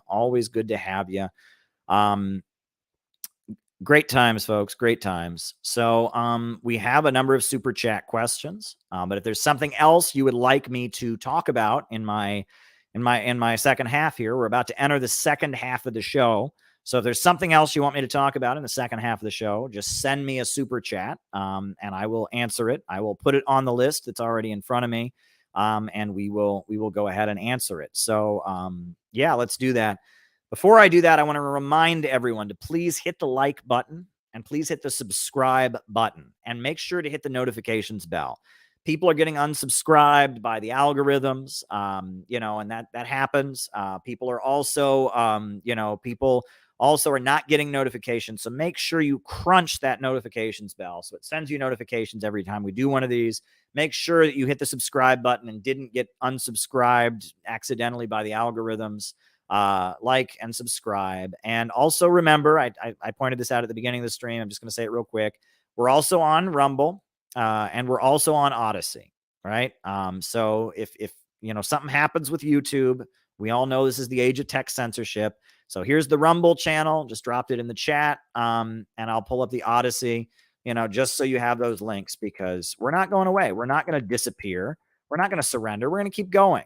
But I want you all to know where you can find me. So if you want to know where I'm at, I'm on Odyssey, I'm on Rumble, I'm on Rockfin right now. I'm streaming on Rockfin. So we are definitely here, and there are many of places that you can find this content. So very good. And this stream is also being carried right now. It's being carried. We're streaming live. There's 4 people watching on the Rockfin. So if you want to tune in on the Rockfin, Rockfin is an option as well. I'm posting that link on here. Just want to make sure that everyone knows where to find me, because we're not disappearing. We're not going to surrender, even if YouTube censors us. If they boot me off YouTube, I am not going to go away. I'm going to keep fighting. Very, very good. Very, very good. All right, folks. So now I'm going to start answering super chat questions. So if there's something else you want me to talk about, send another super chat. I'll put it at the end of the list here. What is factionalism? Ban on factions by Lenin. And how did the Chinese Communist Party combat factionalism? How does it combat it today? All right. What is factionalism? Well, within Marxist organizations, there are groups of people within Marxist groups.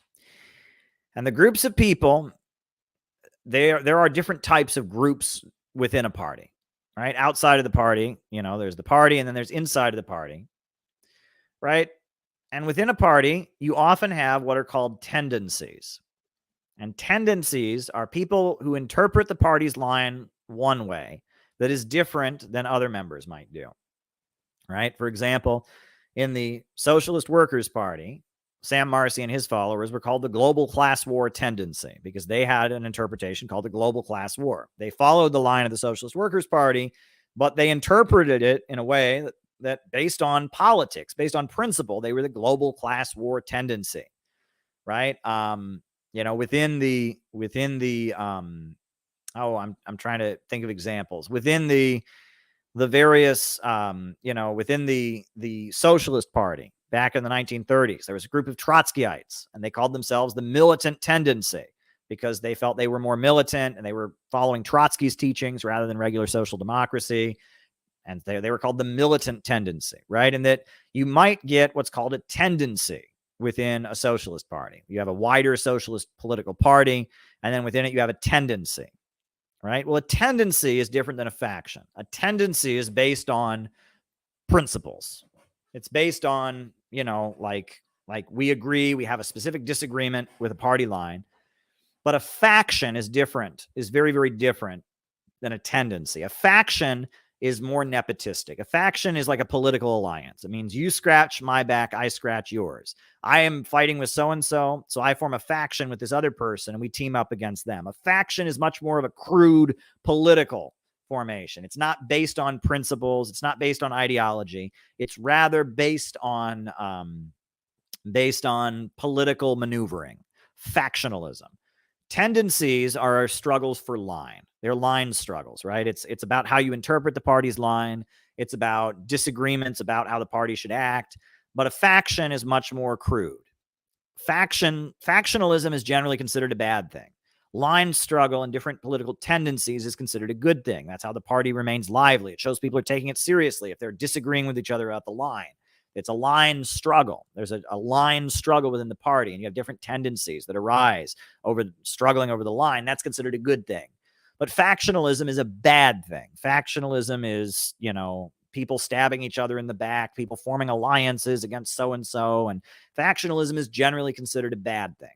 Now, the second part of the question is, why did Lenin ban factions? Well, because in the Bolshevik Party, there were a lot of factions that emerged, and they needed to have ironclad discipline in order to deal with the fact that they were under attack. And, there were different factions. The workers' opposition, was one faction. Trotsky eventually had his faction, and that the Bolshevik Party, formed different factions as people were fighting each other for power. And that was a big problem. It was a very, very big problem in the Bolshevik Party. And so in order to have ironclad discipline, they banned factions. And the idea was we march as one. Once we have debated a question, it's settled, right? And there's no further debate about it. And, and that's that. That was an end to factions. Trotsky maintains that the ban on factions of the Bolshevik Party was only temporary. However, there is very little evidence that's Trotsky says it was only temporary. However, many people say, no, it was not temporary. It was meant to be a permanent ban. But regardless, Lenin banned factions. Now, how does the Chinese Communist Party combat factionalism today, is the third part of this person's question. Well, one of the main ways the Chinese Communist Party has combated factionalism, historically, not today, but historically, is with a document called Combat Liberalism. I'm going to post it in the chat. It's called Combat Liberalism. It's an essay that Mao wrote in 1937. And basically, it's a method for keeping a party all on the same page. And the idea is that if there is any difference in the party, you struggle it out, and that you don't have you don't whisper in the back room, and you don't debate behind closed doors. And Mao lists all these different manifestations of liberalism, right? And you're not allowed to do that if you're in the party. To not obey orders, but to give pride to place on one's opinions, to demand special consideration from the organization and reject discipline, to indulge in personal attacks, to hear incorrect views without rebutting them. It has a list of things that they considered to be liberalism, and the Chinese Communist Party banned liberalism. And if you disagreed with the party line, but at party meetings you didn't say so, you just whispered about it to your friends, they would accuse you of liberalism. They would kick you out of the party for liberalism, right? This was a method that the Chinese Communist Party used. And combat liberalism and struggle sessions and all of that comes out of Mao trying to combat factionalism and trying to force every disagreement to be in the front. However, I'll be honest with you.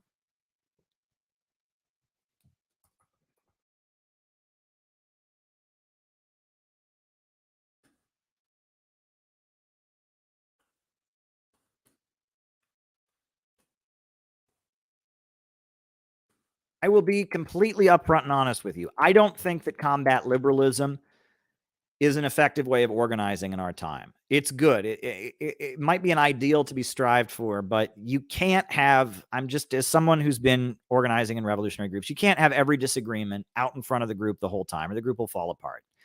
And often the reason that revolutionary groups just fall apart is the combat liberalism and the criticism, self-criticism leads to people ripping each other apart. And that, that a lot of communist groups in America have tried to fully apply the Maoist methods, the combat liberalism stuff, and it has led to them collapsing. Because according to combat liberalism, you have to talk about, you have to argue about every disagreement until it goes away. But you can't do that. And the other thing is that, and this is something that's worth pointing out, is that sometimes it's a question of power. Sometimes it's a question of access to resources and such. Great example. I was around a Maoist communist group when I was 19 years old, and they believed that Cuba was not a socialist society because it was revisionist, because it didn't align with Mao or whatever. It didn't align with China during the Cold War, and they believed Cuba was a state capitalist country. I, on the other hand, looked at Cuba and I saw Cuba as a socialist society. And, they tried to have line struggles with me and all of that. But all that consisted of was them kind of browbeating me and trying to get me to believe, their line, but they weren't going to convince me of their line. And that Cuba is a socialist society. This organization didn't think so. But do you think this group was going to change its position because one 19-year-old kid thought that Cuba was a socialist society? Of course not. Of course they weren't going to change their position. So really the only way this line struggle could be resolved was with me just giving in and going along with the rest of the group. And that is the problem. That is ultimately the problem with some of this stuff, is that in some ways the majority opinion is just going to rule out, and minority opinions are just going to be suppressed, whether they're true or not. And that, if the people who are the leaders of the group, the people who have control over the resources, the people who've been in the group for years, and you just joined last week, if they think something, even if they're right, even if they're wrong and you're right, it doesn't matter. and that sometimes in revolutionary movements, there are disagreements that just have to be let lie. And sometimes the belief that you're going to like force everyone to adopt the party line is not realistic. People are just going to walk away and quit, number one. And number two, it can result in bad political lines being forced on people being forced to swallow political lines that are not correct. So I'm not fully in favor of the combat liberalism stuff. I'm not fully in favor of criticism, self-criticism, because it's a recipe for the group to do nothing but fight with each other. It's a recipe for the atmosphere to get to one where you either can't disagree or the group does nothing but disagree all the time, right? It either becomes a debating society because everyone has to debate and argue out every difference, or people just learn not to disagree and say yes and just obey when they don't really agree because they're afraid to disagree because it becomes a fighting atmosphere. And that, that ultimately these methods were developed in a society that was much more illiberal than Western capitalism is in our time, right? Western capitalism, we live in a very individualist society. We live in a very, very liberal society. And it's very hard to impose methods that were used in semi-feudal China in the 1930s to build a highly disciplined organization to defeat the Japanese colonialists and fascists. It's not ultimately going to be effective to apply such methods. So that's important. And that's one thing to keep in mind. And just ignore folks, just ignore the trolls. But that's important. So I'm not fully in favor of these methods. And when it comes to what the Chinese Communist Party does today, I honestly don't know. I don't know. I'll just be honest with you. I don't know. I do not know what the Chinese Communist Party does in our time to combat liberalism among the party. I don't know what they do.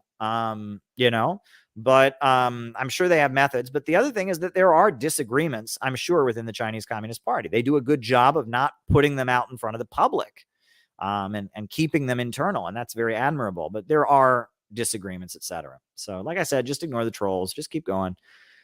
All right. Someone's asking me who caused the pipeline explosion in St. Petersburg. I can't comment on Russian stuff. I'm not over there, and I'm not, I can't comment on that. Someone said, is there any justification for Alan Greenspan receiving the Nobel Prize for Economics? Well, they just gave it to Ben Bernanke, right? Milton Friedman has won the Nobel Prize for Economics. I mean, the Nobel Prize for Economics is embarrassing. It's embarrassing. They give it to neoliberal free market economists all the time. I mean, who've wrecked countries. The Nobel Prize for Economics is a joke, right? Did they give the Nobel Prize to economics to Stalin for rapidly raising the Soviet Union up from nothing, making it an industrial superpower that was strong enough to defeat the Nazis? No. Did they give the Nobel Prize for Economics to Deng Xiaoping? Because no society has ever rapidly risen as much as Deng Xiaoping's China did. I mean, the living standards were rising so rapidly. If you look at what China has achieved since 1978 and what the Chinese Communist Party has presided over in terms of poverty eradication, economic growth, building huge state-controlled mega corporations like Huawei Technologies, the Chinese Communist Party has achieved amazing things. Do they give them the Nobel Prize for Economics? No. But they give it to Ben Bernanke, who wrecked the U.S. economy. They give it to Alan Greenspan, an Ayn Rand protege who wrecked the U.S. economy. They give it to Milton Friedman, whose ideas caused the U.S. economy to have rapid inflation in the early 70s, who wrecked the Israeli economy in the late 1970s, whose ideas were a disaster in Chile. I mean, everywhere Milton Friedman's monetarist libertarian ideas have been applied, they've wrecked countries, but they give him the Nobel Prize for Economics. It shows you the Nobel Prize for Economics is a joke. I mean, it's just a joke. If you're a free market person and you advocate free trade, et cetera, they give you the Nobel Prize for Economics. And the real achievements, China lifting millions of people out of poverty, the Soviet Union rapidly industrializing, Putin, who wrote his college thesis about how he could fix Russia's economy by using state-controlled oil and gas, Gazprom and Rosneft, using them to stabilize the economy. Did they give Putin the Nobel Prize for Economics, even though the strength and what he achieved in Russia has been astronomical? I mean, he saved Russia from the disaster of the fall of the Soviet Union. Have they given him the Nobel Prize for Economics? Of course not. Of course not. So it's a joke, and Western economics is very much like that. was pointed out to me by an economist, an academic economist, that basically the way it works is that academic economists, they all want to get hired by think tanks. They all want to get hired by well-funded institutions that hire economists to write papers. And those institutions, like the American Enterprise Institute, like the Cato Institute, they're all funded by big corporations.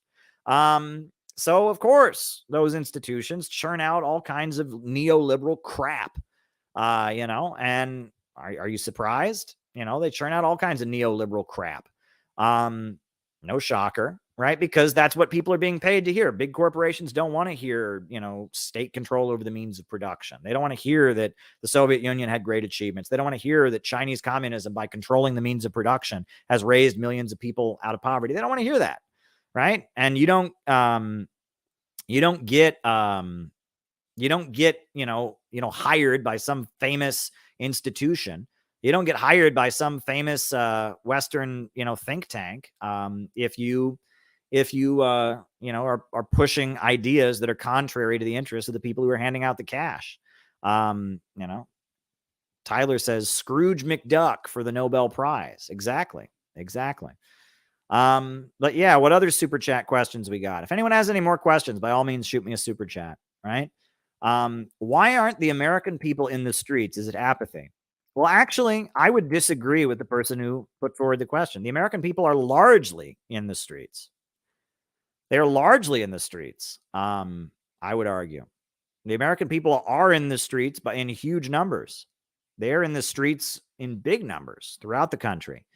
There's huge protests about police brutality, huge protests about anti-racism. There are huge mobilizations against Donald Trump. There was the Women's March. The right wing is protesting. Look at January 6th. That was a huge demonstration where they stormed into the Capitol building. I would argue the American people are in the streets. To say the American people are not in the streets is completely false. When I was a kid, there was an attitude that all protesters, that all people who protest are mentally ill, that all people who protest are crazy, that all people who protest are violent criminals. And I mean, that was the attitude. I remember in my town, people thought people got arrested just for protesting. They thought, they heard that protesters were arrested. They thought that protesting was against the law because people get arrested, or they thought that all protests were violent because the ones they saw on TV were violent, so I would argue that now in our time, with CNN promoting protests, with protests of the left and of the right, I would argue people are in the streets. It's because of the material conditions of society, because there are divisions in the ruling class, because the capitalists are fighting with each other. Because of that, there is much more mobilization of the working class. This is Bonapartism, right? This is what Karl Marx talks about in the pamphlet 18th Brumaire of Louis Bonaparte, right? Where he's talking about how there was a capitalist crisis in France. There were divisions in the ruling class. And so Louis Bonaparte emerged as kind of a strong man, just try and stabilize capitalism. And one of the things that Karl Marx talks about Louis Bonaparte doing in order to stabilize capitalism in France in 1851 is he builds this group called the Society of December 10th, which is a mobilization of the lumpen proletariat. The lumpen proletariat are mobilized by Louis Bonaparte as his group of wild protesters, who are used to try and, force Louis Bonaparte onto French society. And in fact, I think I may actually read you all what Karl Marx wrote about the protest squad, as Louis Bonaparte was mobilizing the French, society and trying to stabilize it by becoming a Bonapartist. He built this, this protest movement to back him up called the Society of December 10th. I think I will just read you all what Marx said about the Society of December 10th, right? Why not, right? Why not? Don't feed the trolls, just do what we do. Every time I get raided, every time there's a raid, my subscriber count goes up very significantly. So let's hope that is the result of this time, right? Just don't feed the trolls, folks. Come on, right? Let's find the part about the Society of December 10th. Oh, here we go. Here we go. All right. Oh.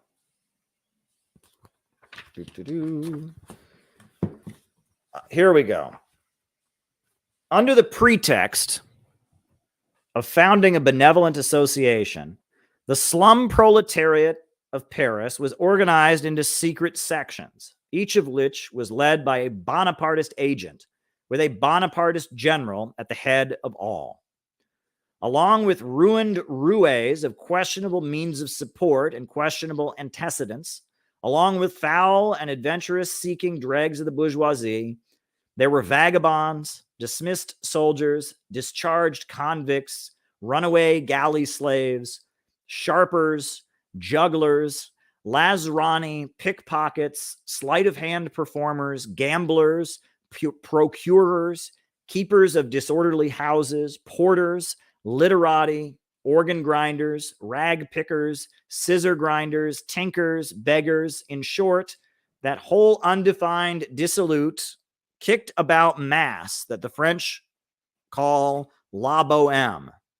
And within this kindred element, Bonaparte formed the stock of the Society of December 10th, a benevolent association, like insofar as, like Bonaparte himself, all of its members felt the need of being benevolent to themselves at the expense of the toiling nation. Bonaparte, who here constitutes himself the chief of the slum proletariat, who only here finds again in plenteous form the interests which he personally pursues, who in this refuse, offal, and wreck of all classes recognizes only the class upon which he can depend unconditionally, this is the real Bonaparte. The Bonaparte without qualification, an old crafty roue. He looks upon historic life of nations, upon the great and public acts as comedies in the ordinary sense, as a carnival where the great costumes, words, and postures only serve as masks for the pettiest chicaneries. So, this is a common thing. When capitalism enters a crisis, the capitalists begin fighting among each other because they all want the government to resolve the economic crisis, but they all want the government to resolve the economic crisis at somebody else's expense. And because of that, they need to take control of the state, and they need to have their faction take control of the state and use the state to stabilize the economy and do it at the expense of the other capitalists. They need the government to kick the ass of the other capitalists to stabilize the economy. And this is what happens when capitalism enters a crisis. You get Bonapartism, factions of the ruling class attempting to seize control of the government and use heavy-handed tactics to stabilize the economy and stabilize society. And in order to do that, they need foot soldiers. So the capitalists start mobilizing different factions and different movements among the workers to be their foot soldiers in kind of a power struggle. This is what happens during a capitalist crisis. And we are living in a long-term capitalist crisis. So Black Lives Matter, Antifa, the Tea Party, the MAGA current, the Proud Boys, all of this fits in with the tendency of Bonapartism. And one of the biggest criticisms that I will make of the time that I spent as an activist in the aftermath of the financial crisis, one of the biggest criticisms I will make of my activism during that period was the fact that I very much just kind of pushed out this idea that people need to be in the streets, that the answer is people being in the streets. The answer is just get out in the streets, organize in the streets, and that wasn't correct because it happened.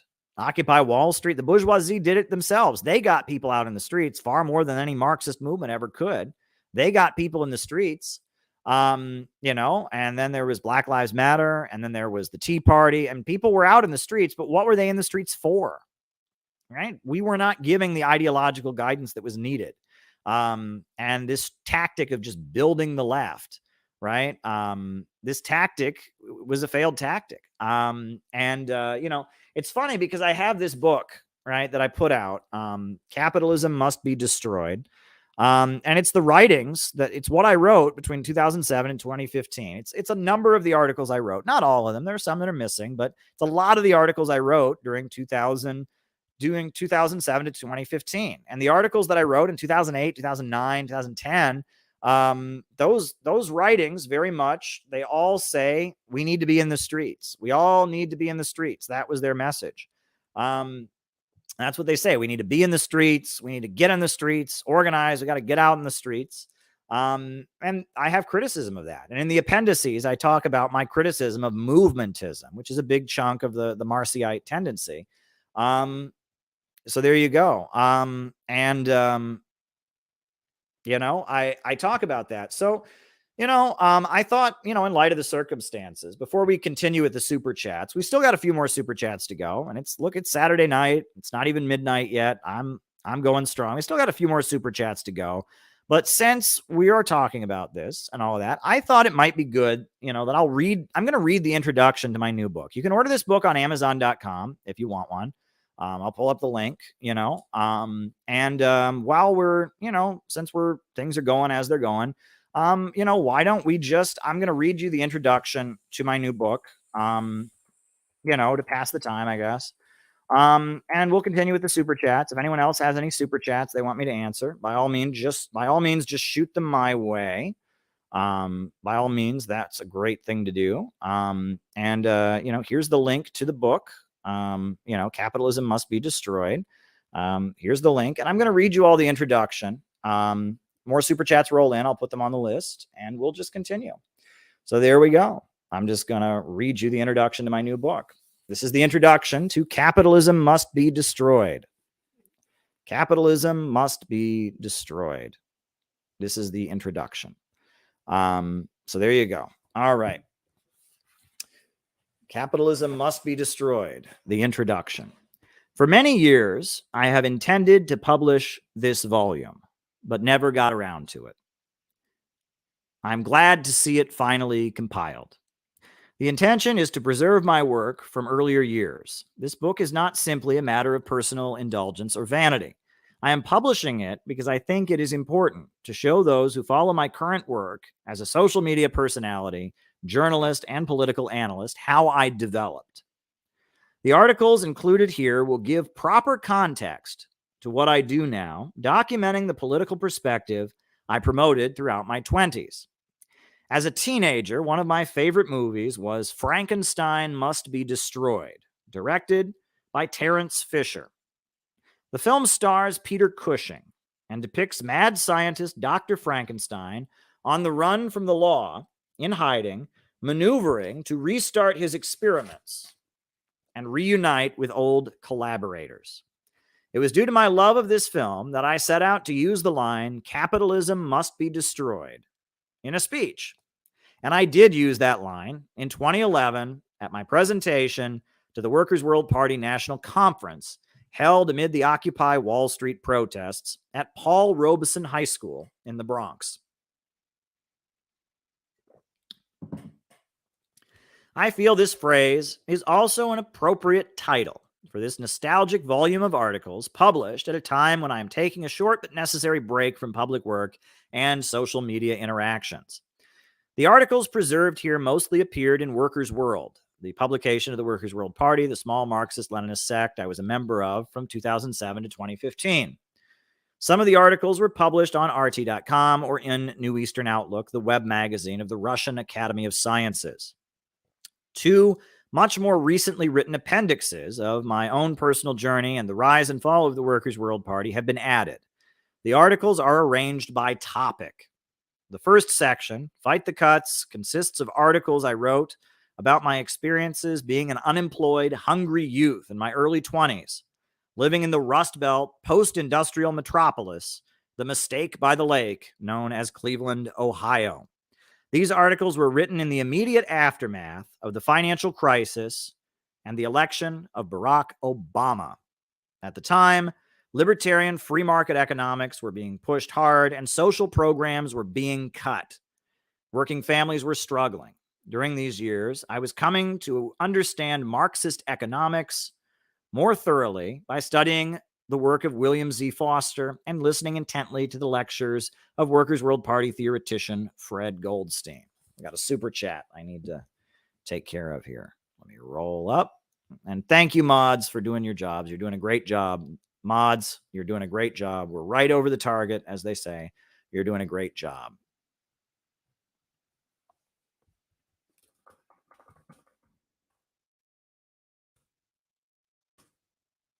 Doing a great job. All right. And thank you, mods. Shout out to all my mods. You all are great people. Doing great stuff. All right. We will continue.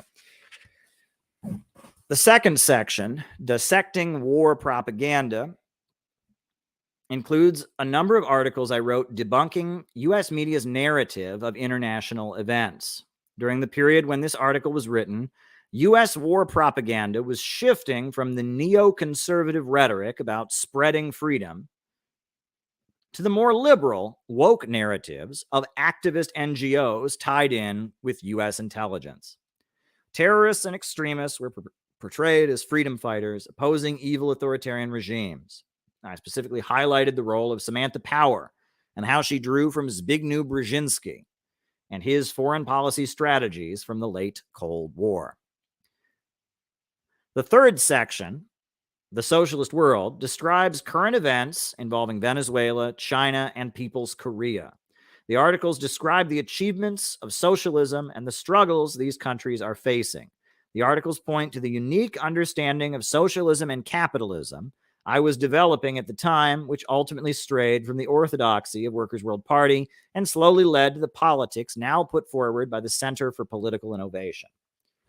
The fourth section, The Class Struggle in American History, consists of articles I wrote to serve a specific purpose. In the aftermath of the financial crisis and the rise in poverty which followed, Workers' World Party oriented its cadre to educate the population about the history of labor and poor people's movements. All of these articles were written with the intention of doing that and pointing toward anniversaries and current trends in order to bring the message home. Among Workers' World Party's ranks, the Communist Party USA of the 1930s was considered the unrivaled pinnacle of this kind of organizing, though nostalgia for the 1960s anti-war movement and the Black Panthers also existed. These pieces were intended to make people aware of the potential of banding together to resist economic injustice while putting forward the vision of a whole new society. The fifth section, Occupy Wall Street, consists of articles written during the widespread protest movements of 2011 and their aftermath. These articles are written from the perspective of a participant, someone who was in Zuccotti Park, running through the streets of Manhattan, dodging police batons and mace, getting arrested, and preaching socialism. I was WWP's primary visible figure during these protests, and in the aftermath of the American Autumn of 2011, I continued to be identified with the movement. I was featured in international media discussing Cecily McMillan's trial and conviction, for which I sat in the courtroom. It was due to my visibility during Occupy Wall Street protests, representing former U.S. Attorney General Ramsey Clark's International Action Center, that my career in international media was launched. The sixth section, Lessons from the Global Struggle, consists of articles going over the history of the Soviet Union, the fight against fascism, Romania, the Vietnam War, the struggle against apartheid in South Africa, and other important moments. Each of the articles was written with the intention of telling something to my audience in the time they were published. The message of these texts is primarily about the importance of relentless struggle, the deceptive nature of what we are taught about socialism, and the strength we can gather from knowing the history of our own movement. The seventh section, Even CIA Statistics Show, is a series of short articles I wrote for the Workers' World newspaper, utilizing the data of the publicly declassified version of the CIA World Factbook that can be found online in order to make political points. The eighth section consists of transcribed or abridged speeches I gave at WWP national conferences and forums. Readers should be aware for an endless amount of homage to Workers' World Party's deceased charismatic leader, Sam Marcy. The Workers' World Party always was a bit of a cult of personality and never developed formal bylaws or a constitution, functioning as a kind of bubble of activists centered around him. Many of the articles refer to his concept of the global class war or the global class war theory, as Workers' World Party cadre refer to it. I never met Sam Marcy, as he died in 1998 when I was still a child, but being a member of the organization he dedicated his life to building and directing certainly led to him having a significant impact on me.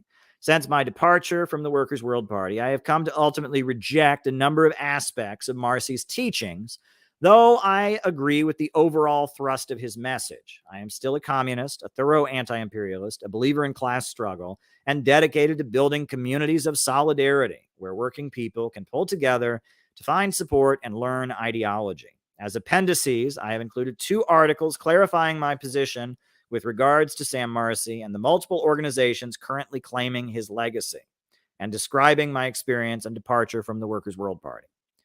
The first appendix, Note on the Political Development of the Author, was originally included as a kind of addendum to the book Bread Tube Serves Imperialism. The piece explains my personal journey from growing up in a small conservative town to joining a Maoist sect to joining Workers' World Party and to breaking with Workers' World Party and eventually forming the Center for Political Innovation. The second appendix, The Masses Are the Water, Understanding the Failures of Late Marxism, gives a thorough ideological assessment of Marcy's contributions, successes, and failures. The piece also critiques the movementism of leftist groups that claim his legacy and explains why I have broken with the main currents that call themselves left and raised the slogan out of the movement to the masses. Readers may be disappointed by the repetitiveness of the articles, with themes such as workers versus bosses, global class war being hammered over and over. Readers familiar with my more recent work may also be somewhat disappointed by the lack of analytical depth. This reflects the organization I was in at the time and my own level of development at the time. One of the most common criticisms of Workers' World Party is that it maintains a kind of simplistic understanding of politics, along with a kind of rah-rah atmosphere reminiscent of high school pep rallies. Critics have labeled them the cheerleaders of the left for their anti-intellectualism, their simplistic sloganeering, and their cliquish internal atmosphere. This criticism is certainly fair, but it is the result of efforts to hold a hardline communist group together amid years of setbacks and confusion following the fall of the Soviet Union. Despite whatever criticisms I may have of Sam Marcy and his ideological errors, they were doing the best that they could. They held a community of people together amid historic defeats. They opposed wars. They preached Marxism. They held on to Marxist economics amid the wave of new left confusion. Despite the low intellectual level of Workers' World Party's internal atmosphere, throughout my time in the organization, I continued learning. My understanding of historical materialism, economics, psychology, psychoanalysis, and philosophy is certainly much richer than it was at the time that these articles were originally published. Regardless of how they may feel about me or what I do now, I am deeply indebted to people like Bill D., Allison L., and others who pressed me to dig deeper and reach a higher plane of understanding that has increased the quality of my work over the past 10 years. I owe a particular debt of gratitude to the Schiller Institute and Daniel Burke for their education and engagement with me since my departure from Workers' World Party, regardless of our differences in overall perspective. This book is being published in order to preserve these writings and make sure that regardless of what websites go up or are taken down, these pieces remain accessible to those who may want to frame similar arguments, learn from their content, or better understand the period of time in which they were published. I hope you enjoy reading them, and I hope it helps put my current work into better context. That's the introduction to Capitalism Must Be Destroyed, this compilation of my writings that I put out. So I just wanted to read that. Looks like things have gotten better, but we'll see, you know. Hey, we've been through worse. We've been through worse, folks. Thanks for sticking with us. We've been through worse. Thanks for sticking with us. And I, you know, whatever. Life goes on. And now I will continue answering Super Chat questions. What was the relationship between Yeltsin and Gorbachev? Well, Gorbachev was the last leader of the Soviet Union. He was a leader of the reformist wing of the Soviet Communist Party. He launched perestroika and glasnost, and he was basically dismantling socialism. The hardliners in the party arrested him, and eventually the Soviet Union, after the arrest of him, they called it a coup. And after that, he was released, and the Soviet Union then dissolved. Yeltsin was the first president of the Russian Federation after the USSR was dissolved, and Yeltsin was an anti-communist protester under the government of Gorbachev. So yeah, there you go. That's the relationship between the two of them. I as far as like, are they friends or whatever, I don't know enough about them. How did the anti-communists like Gorbachev and Khrushchev become leaders of the Soviet Union? And was there a need for a better vetting process? Well, neither of those people considered themselves to be anti-communists. Right? Khrushchev thought he was a communist. Gorbachev thought he was a communist. They were not hardliners. They were watering down Marxism. They were reformists, but they were not, in their minds, they were communists. They were just updating it, right? I mean, it's not a question of it's not like they were fake communists who just snuck in and pretended to be communists the whole time in order to undo it from the beginning. No. These were people who believed they were communists. They just had a revisionist or reformist or capitulationist political line, right? They were, and there had been a whole history of that in the Bolshevik Party, right? Bukharin was like that during the 1920s. The right opposition led by Nikolai Bukharin, they didn't want to build socialism in one country. They argued that the USSR was too poor. They just had to continue the new economic policy indefinitely. The Bukharinite opposition, and they thought they were communists too. They just had a capitulationist line, right? Generally, in times of crisis, communists will divide between the left, the center, and the right. And so there you go. Would you ever consider having economists Richard Wolff or Michael Hudson on your show? Of course I would. Richard Wolff is awesome. I don't think that he would want to come on this show at this time, but if I'm wrong, I'd love to have him on. I've met Richard Wolff a number of times.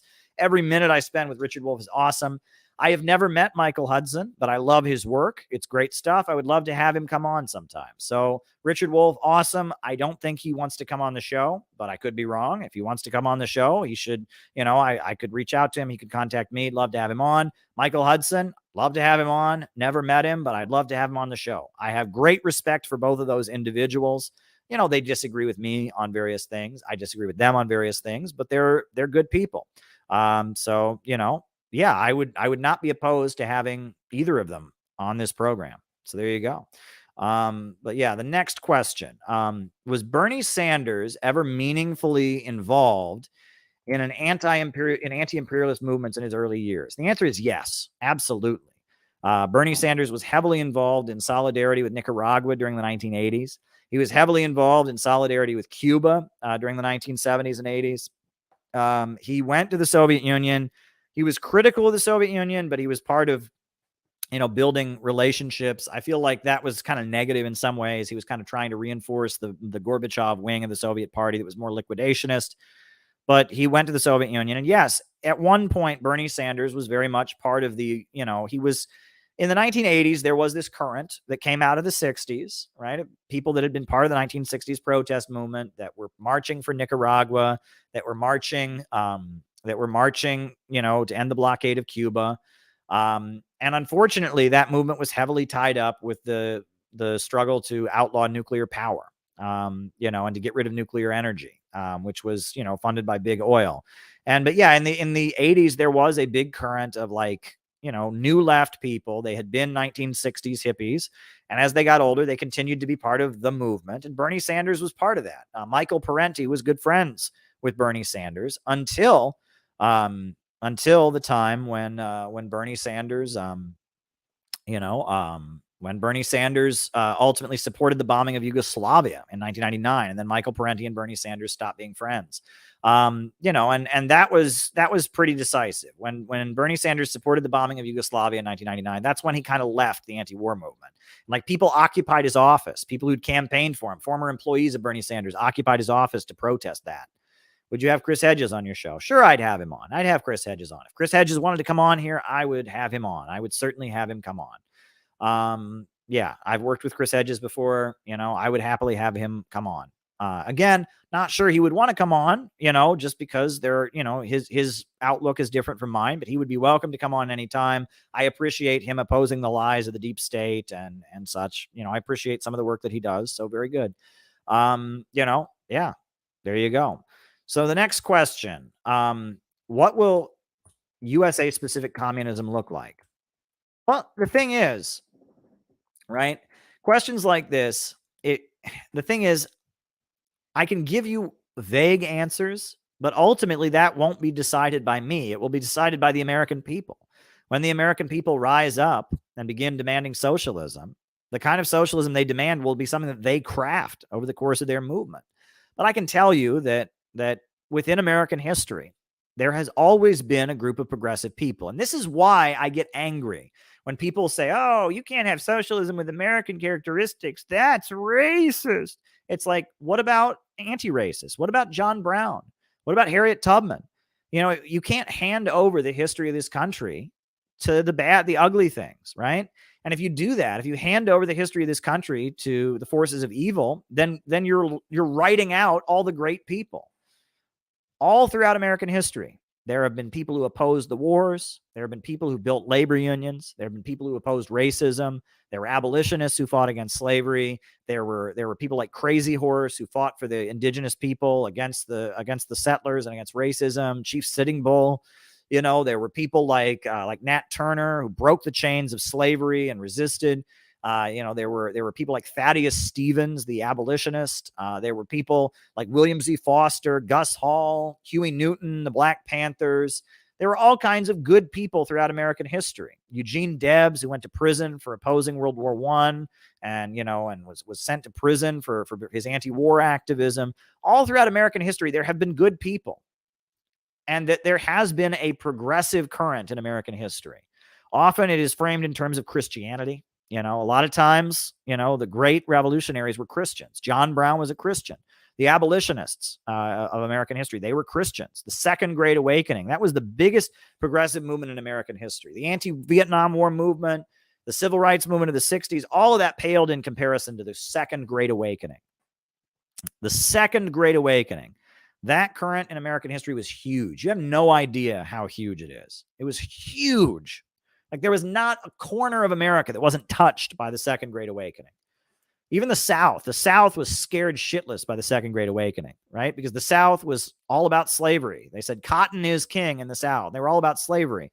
And the fact that every corner of the country, there were these tent revival preachers going around, preaching that the country needed a spiritual rebirth, that it was time to repent and change your ways and be born anew. Right. And there was this mass anti-slavery religious revival going on all across America, scared the hell out of the slaveholders. Right. And, tent revival preaching, that comes from the Second Great Awakening.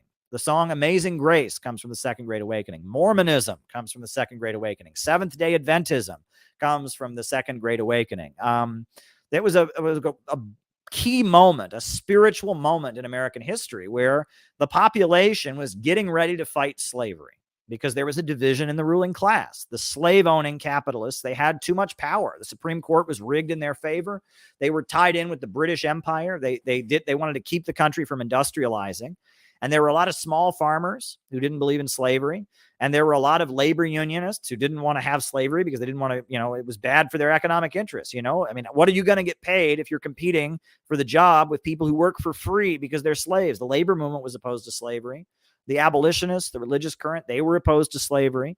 And there was a current in American society. There was a whole layer of people, northern industrial capitalists, factory owners, labor unionists, abolitionists, progressive, free black people, the Underground Railroad, Frederick Douglass. There was this whole network of people that were against slavery. And the Second Great Awakening was this religious movement that gave voice to those people. It was a great awakening of U.S. society, where all across America you had religious fanaticism, an outbreak of religious fanaticism to oppose slavery. And, the tent revival meetings and people going down to the river to get baptized. And, it was a big deal. It was a really big deal. And Ohio was being settled at that time. Illinois was being settled at that time. Indiana was being settled at that time. And it was a wild period in American history when all of a sudden, U.S. society was filled with religious fanaticism, saying that that it was time to oppose slavery, and not just to oppose slavery. The Second Great Awakening also favored the right of women to vote, right? And John Brown, he was for the right of women to vote. And, those Seventh-day Adventists, they wanted women to vote. And those tent revival people, they were talking about women should have the right to vote. They were talking about child labor and the need to end child labor. They were talking about the exploitation of the workers on the job. They were talking about it was progressive. It was a very progressive movement. But it was religious. It was very, very religious. It was progressivism, anti-slavery, social justice expressing itself in the form of religion, and not mild religion. It's not like the religious left of today. And this is what people don't get. Right after Trump was elected, I saw all kinds of articles. I saw news items. I saw articles in the Wall Street Journal and the New York Times about, we're getting the beginning of the religious left. The religious left is emerging. Oh my God, it's so cute. The religious left is emerging. And Hillary Clinton announced that she was going to seminary. Hillary Clinton was going to become a Methodist pastor. And look, here's this pastor in Chicago, and he's taking his church members to a Black Lives Matter rally. And it's so cute. Oh, it's so adorable. The religious left. And just like the right wing that protests abortion, they have their churches. Now the Democrats are going to have their churches, and all these urban hipsters, all these young people with piercings and tattoos who like trans people, and they're going to go to church, and their churches are going to be left, and it's going to work. And the ruling class handed out so much money to these people. All kinds of money was handed out to these people, and to start religious left churches, and they flopped. They flopped. They failed. And I sat in the pews of these churches. I was living in Brooklyn at the time, and I sat in the pews of these churches, and they flopped because they were fake. It was all fake. It was phony.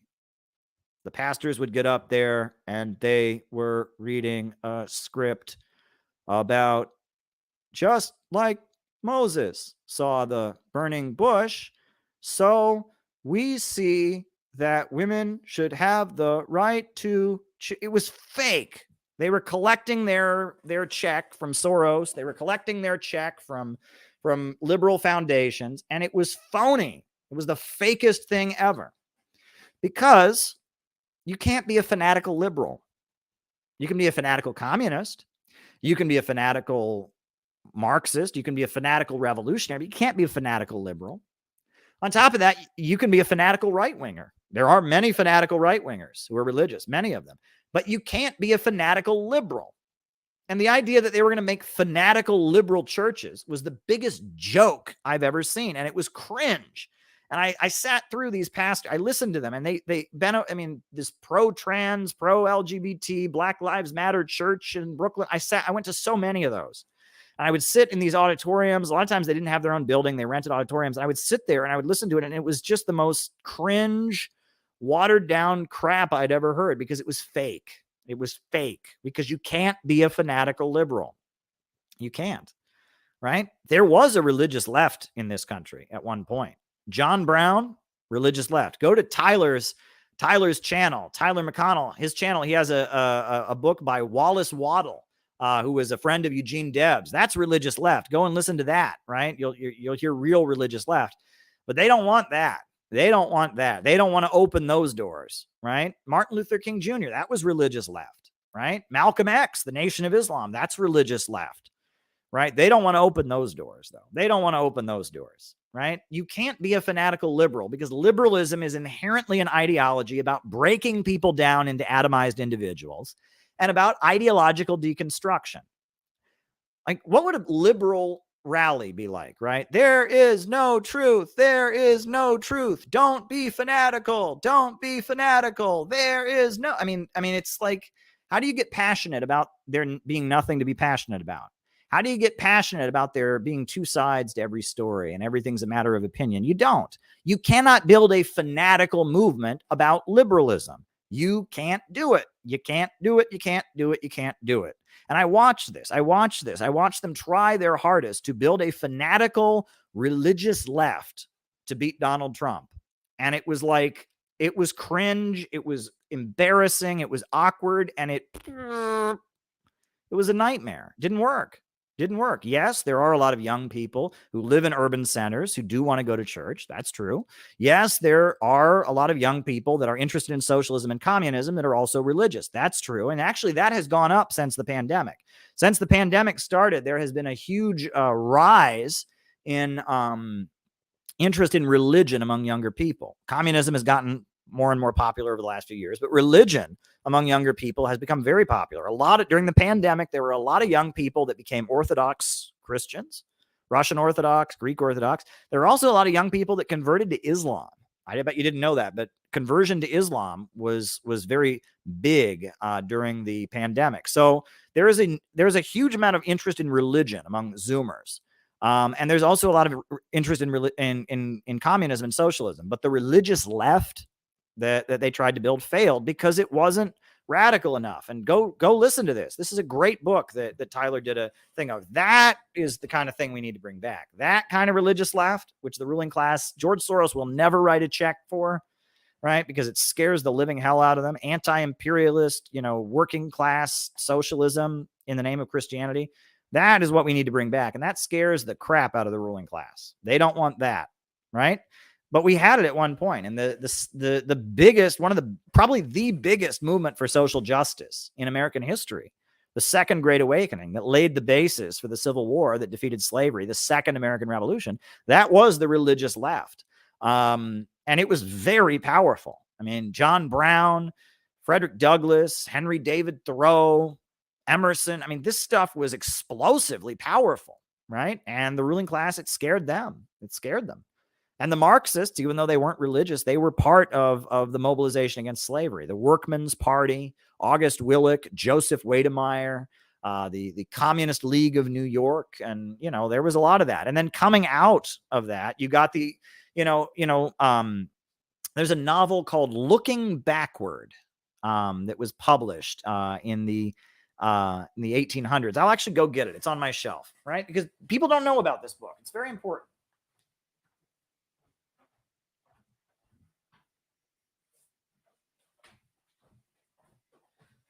This book, Looking Backward. You ever heard of this book? I bet you've never heard of this book. This was a top-selling book when it was published. It was published in like the 1880s. Looking Backward. This was the top fiction book. It's a science fiction novel published in 1887 by Edward Bellamy. And it's about this guy, this rich guy who's having trouble sleeping. So he hires a hypnotist to hypnotize him so he can go to sleep. And so he gets hypnotized. He goes to sleep, but he actually goes to sleep and he wakes up in the year 2000. And he wakes up in the year 2000, well over 100 years after he's been asleep. He wakes up and the USA is a socialist paradise, where there is no hunger and there's no inequality and people have what they need. And so he walks around America, a socialist America. And he walks around socialist America. It's called, Bellamy. And it's called Looking Backward. It's a sci-fi novel. And it's religious. It's a very religious book. Christianity, spews out of every page of it. It's very, very, very Christian. And in a way you could argue that it's actually much more, it's not really Marxist. It's not a really Marxist book. It's more of the Dühring, more of the Friedrich List, more of the Henry Charles Carey, socialism is good for the country, right? It's not class struggle socialism necessarily, but it's anti-capitalist. It's utopian socialism in a lot of ways. Yes. But this was like the most popular book, and they formed Bellamy clubs all over America. People who loved this book and they wanted to put its vision into being. And on top of that, in addition to the Bellamy clubs, they eventually changed their names to the nationalist clubs, right? And interestingly enough, Edward Bellamy's cousin, Francis Bellamy, he's the guy who wrote the Pledge of Allegiance, Francis Bellamy. And he was a Baptist minister named Francis Bellamy. And he wrote the Pledge of Allegiance. Why? Because he owned a flag company and he wanted to make money selling flags, but also because coming out, and this is so important, right? It was the nationalist clubs, right?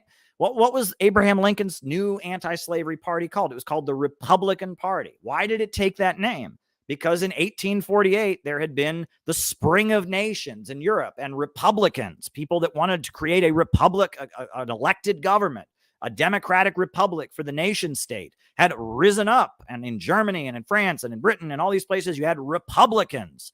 And the most revolutionary were the Red Republicans, who waved the red flag of the French Revolution, rising up to demand a republic. And so when Abraham Lincoln was forming a new party that was radical and opposed slavery, it was called the Republican Party. And everyone knew that it was a party of the radicals who fought for the rights of man and were demanding nation states in Europe, right?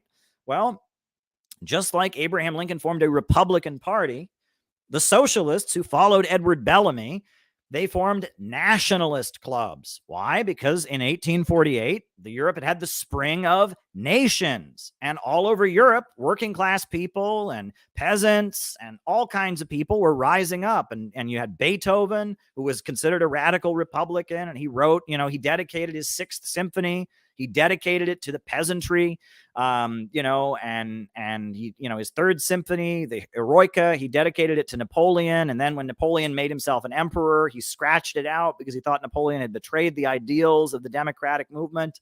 And they were demanding the creation of nation states, right? And so Edward Bellamy, he wrote, this vision for a socialist country, and it was a nationalist vision, right? And then his cousin, Francis Bellamy, wrote the Pledge of Allegiance. And what does the Pledge of Allegiance say? Listen to the words of the Pledge of Allegiance, written by a socialist Baptist minister in 1892, not very long after the U.S. Civil War, right? What does he write? The Pledge of Allegiance. I pledge allegiance to the flag of the United States of America and to the republic, that's Republican, for which it stands, one nation, meaning that all the people of the country, black, white, Protestant, Catholic, Jew, one nation. It's an attempt to break down ethnic and racial and all the divisions among people. One nation, indivisible, meaning that former states can't break away from it. No secession. Confederates, get out of here. Nope. One nation, indivisible, with liberty and justice for all, meaning no slaves. Right? I mean, the Pledge of Allegiance was taken, the words of it. He didn't, he took them from the various oaths they made former Confederate soldiers take in order to get their voting rights back. In order to be able to vote in the South, you had to take an oath. And I pledge allegiance to the flag of the United States of America and to the republic for which it stands, one nation, indivisible, with liberty and justice for all. Now, the under God part was not added until the 1950s. It wasn't until, I believe, 1953 they added under God. And that was because of the fact that the Knights of Columbus, which is a Roman Catholic fraternal organization, they thought it was important that the Pledge of Allegiance be clear that it had something against communism in it. And because communists were atheists, they put under God in the Pledge of Allegiance, so it would be clear that America was against communism. Because it's ironic, because the Pledge of Allegiance is not against communism. It was written by a goddamn commie, a communist Baptist minister, a socialist Baptist minister, Francis Bellamy, right? And Edward Bellamy, his cousin, is the guy who wrote the best-selling socialist science fiction novel, Looking Backward. So there you go. I mean, it's important history. Now, somebody in the chat raised the Bellamy salute. Well, that's some interesting history. Originally, and this is kind of interesting. Originally, when kids would say the Pledge of Allegiance, they, if you were a military person, military people saluted, right? And children extended their hand to the flag. They had their hand out like this, right? Now, that's not, a Nazi salute, but it looks a lot like it, right? If you turn your hand over, which I won't do because then someone will clip this and say I'm a Nazi, the hand out like this, from a distance, if you have a whole room full of people extending their hand to the flag like this, it looks a lot like a whole room full of people doing another gesture. And during World War II, it became clear we couldn't do the Bellamy salute anymore.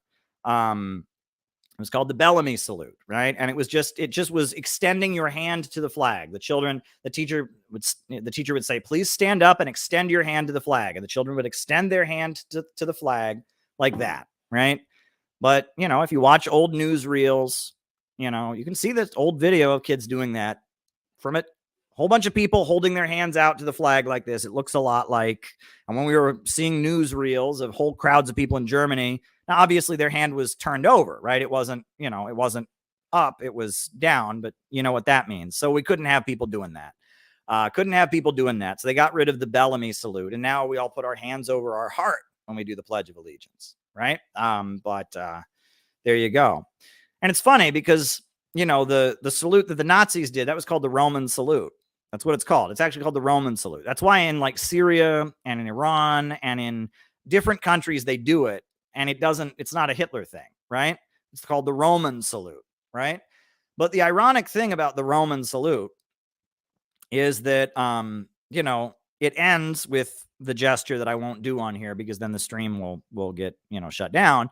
However, you started out by hitting your chest, right? You would hit your chest and say, Awe, Hail Caesar, and then your arm goes up into the pose that I won't do on here. So by putting your hand over your heart, you're still kind of doing a Roman salute.